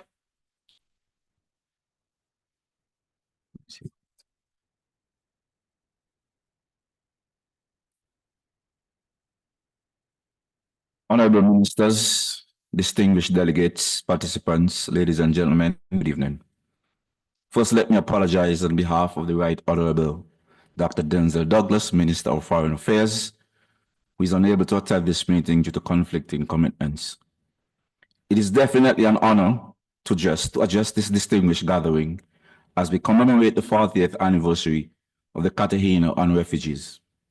It is also a significant milestone for St. Kitts and Nevis and the rest of the Caribbean countries as we commemorate 10 years having become a signatory to the Declaration in 2014 in an effort to promote cooperation between Latin American and Caribbean countries. The Cartagena events marks a significant milestone in our collective efforts to safeguard and uphold the rights and dignity of refugees and displaced persons throughout our region. Over the past 10 decades, the Cartagena Declaration has been instrumental in shaping our regional approach to refugee protection. It has expanded the definition of refugees to encompass those fleeing generalized violence, internal conflicts, and massive human rights violations. This broader perspective has allowed us to respond more effectively to the complex and evolving challenges of forced displacement. And a case in point, on the 28th of March 2013, 14 Cameroonian nationals were rescued at sea in St. Kitts. Almost 3 months after, all 14 Cameroonians were granted asylum certificates in St. Kitts and Nevis. Of course, they all have to go through the process as per international standards through the great assistance of the UNHCR. The government of St. Kitts and Nevis have since extended humanitarian care and assistance to all 14 Cameroonians as they await their final relocation process to be completed. And so as we gather here today and tomorrow, let us reflect on the remarkable progress we all have made and reaffirm our unwavering commitment to the Declaration and its guiding principles. Thank you.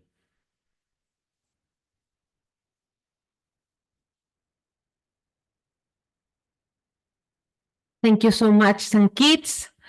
Entiendo que esta es ya la última intervención del día de hoy.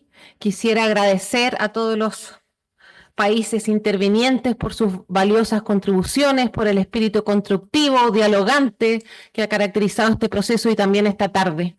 Let me say just since we don't have interpretation, so let me thank everyone for the constructive spirit that we have had this afternoon.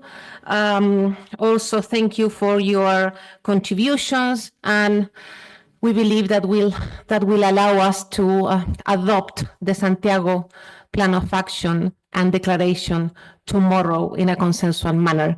So let me thank once again each one of you, Chief of Delegations, for your presence today. And just to closure, also to invite you to a cocktail that will take place outside, and a group photo that is quite important, because if there is no pictures, the event didn't exist. So, thank you so much. Entonces, para terminar en español, nuevamente agradeciendo, decirles que tenemos un cóctel afuera en la explanada y también una foto grupal. Muchísimas gracias y nos vemos en este mismo lugar mañana a las 9 de la mañana.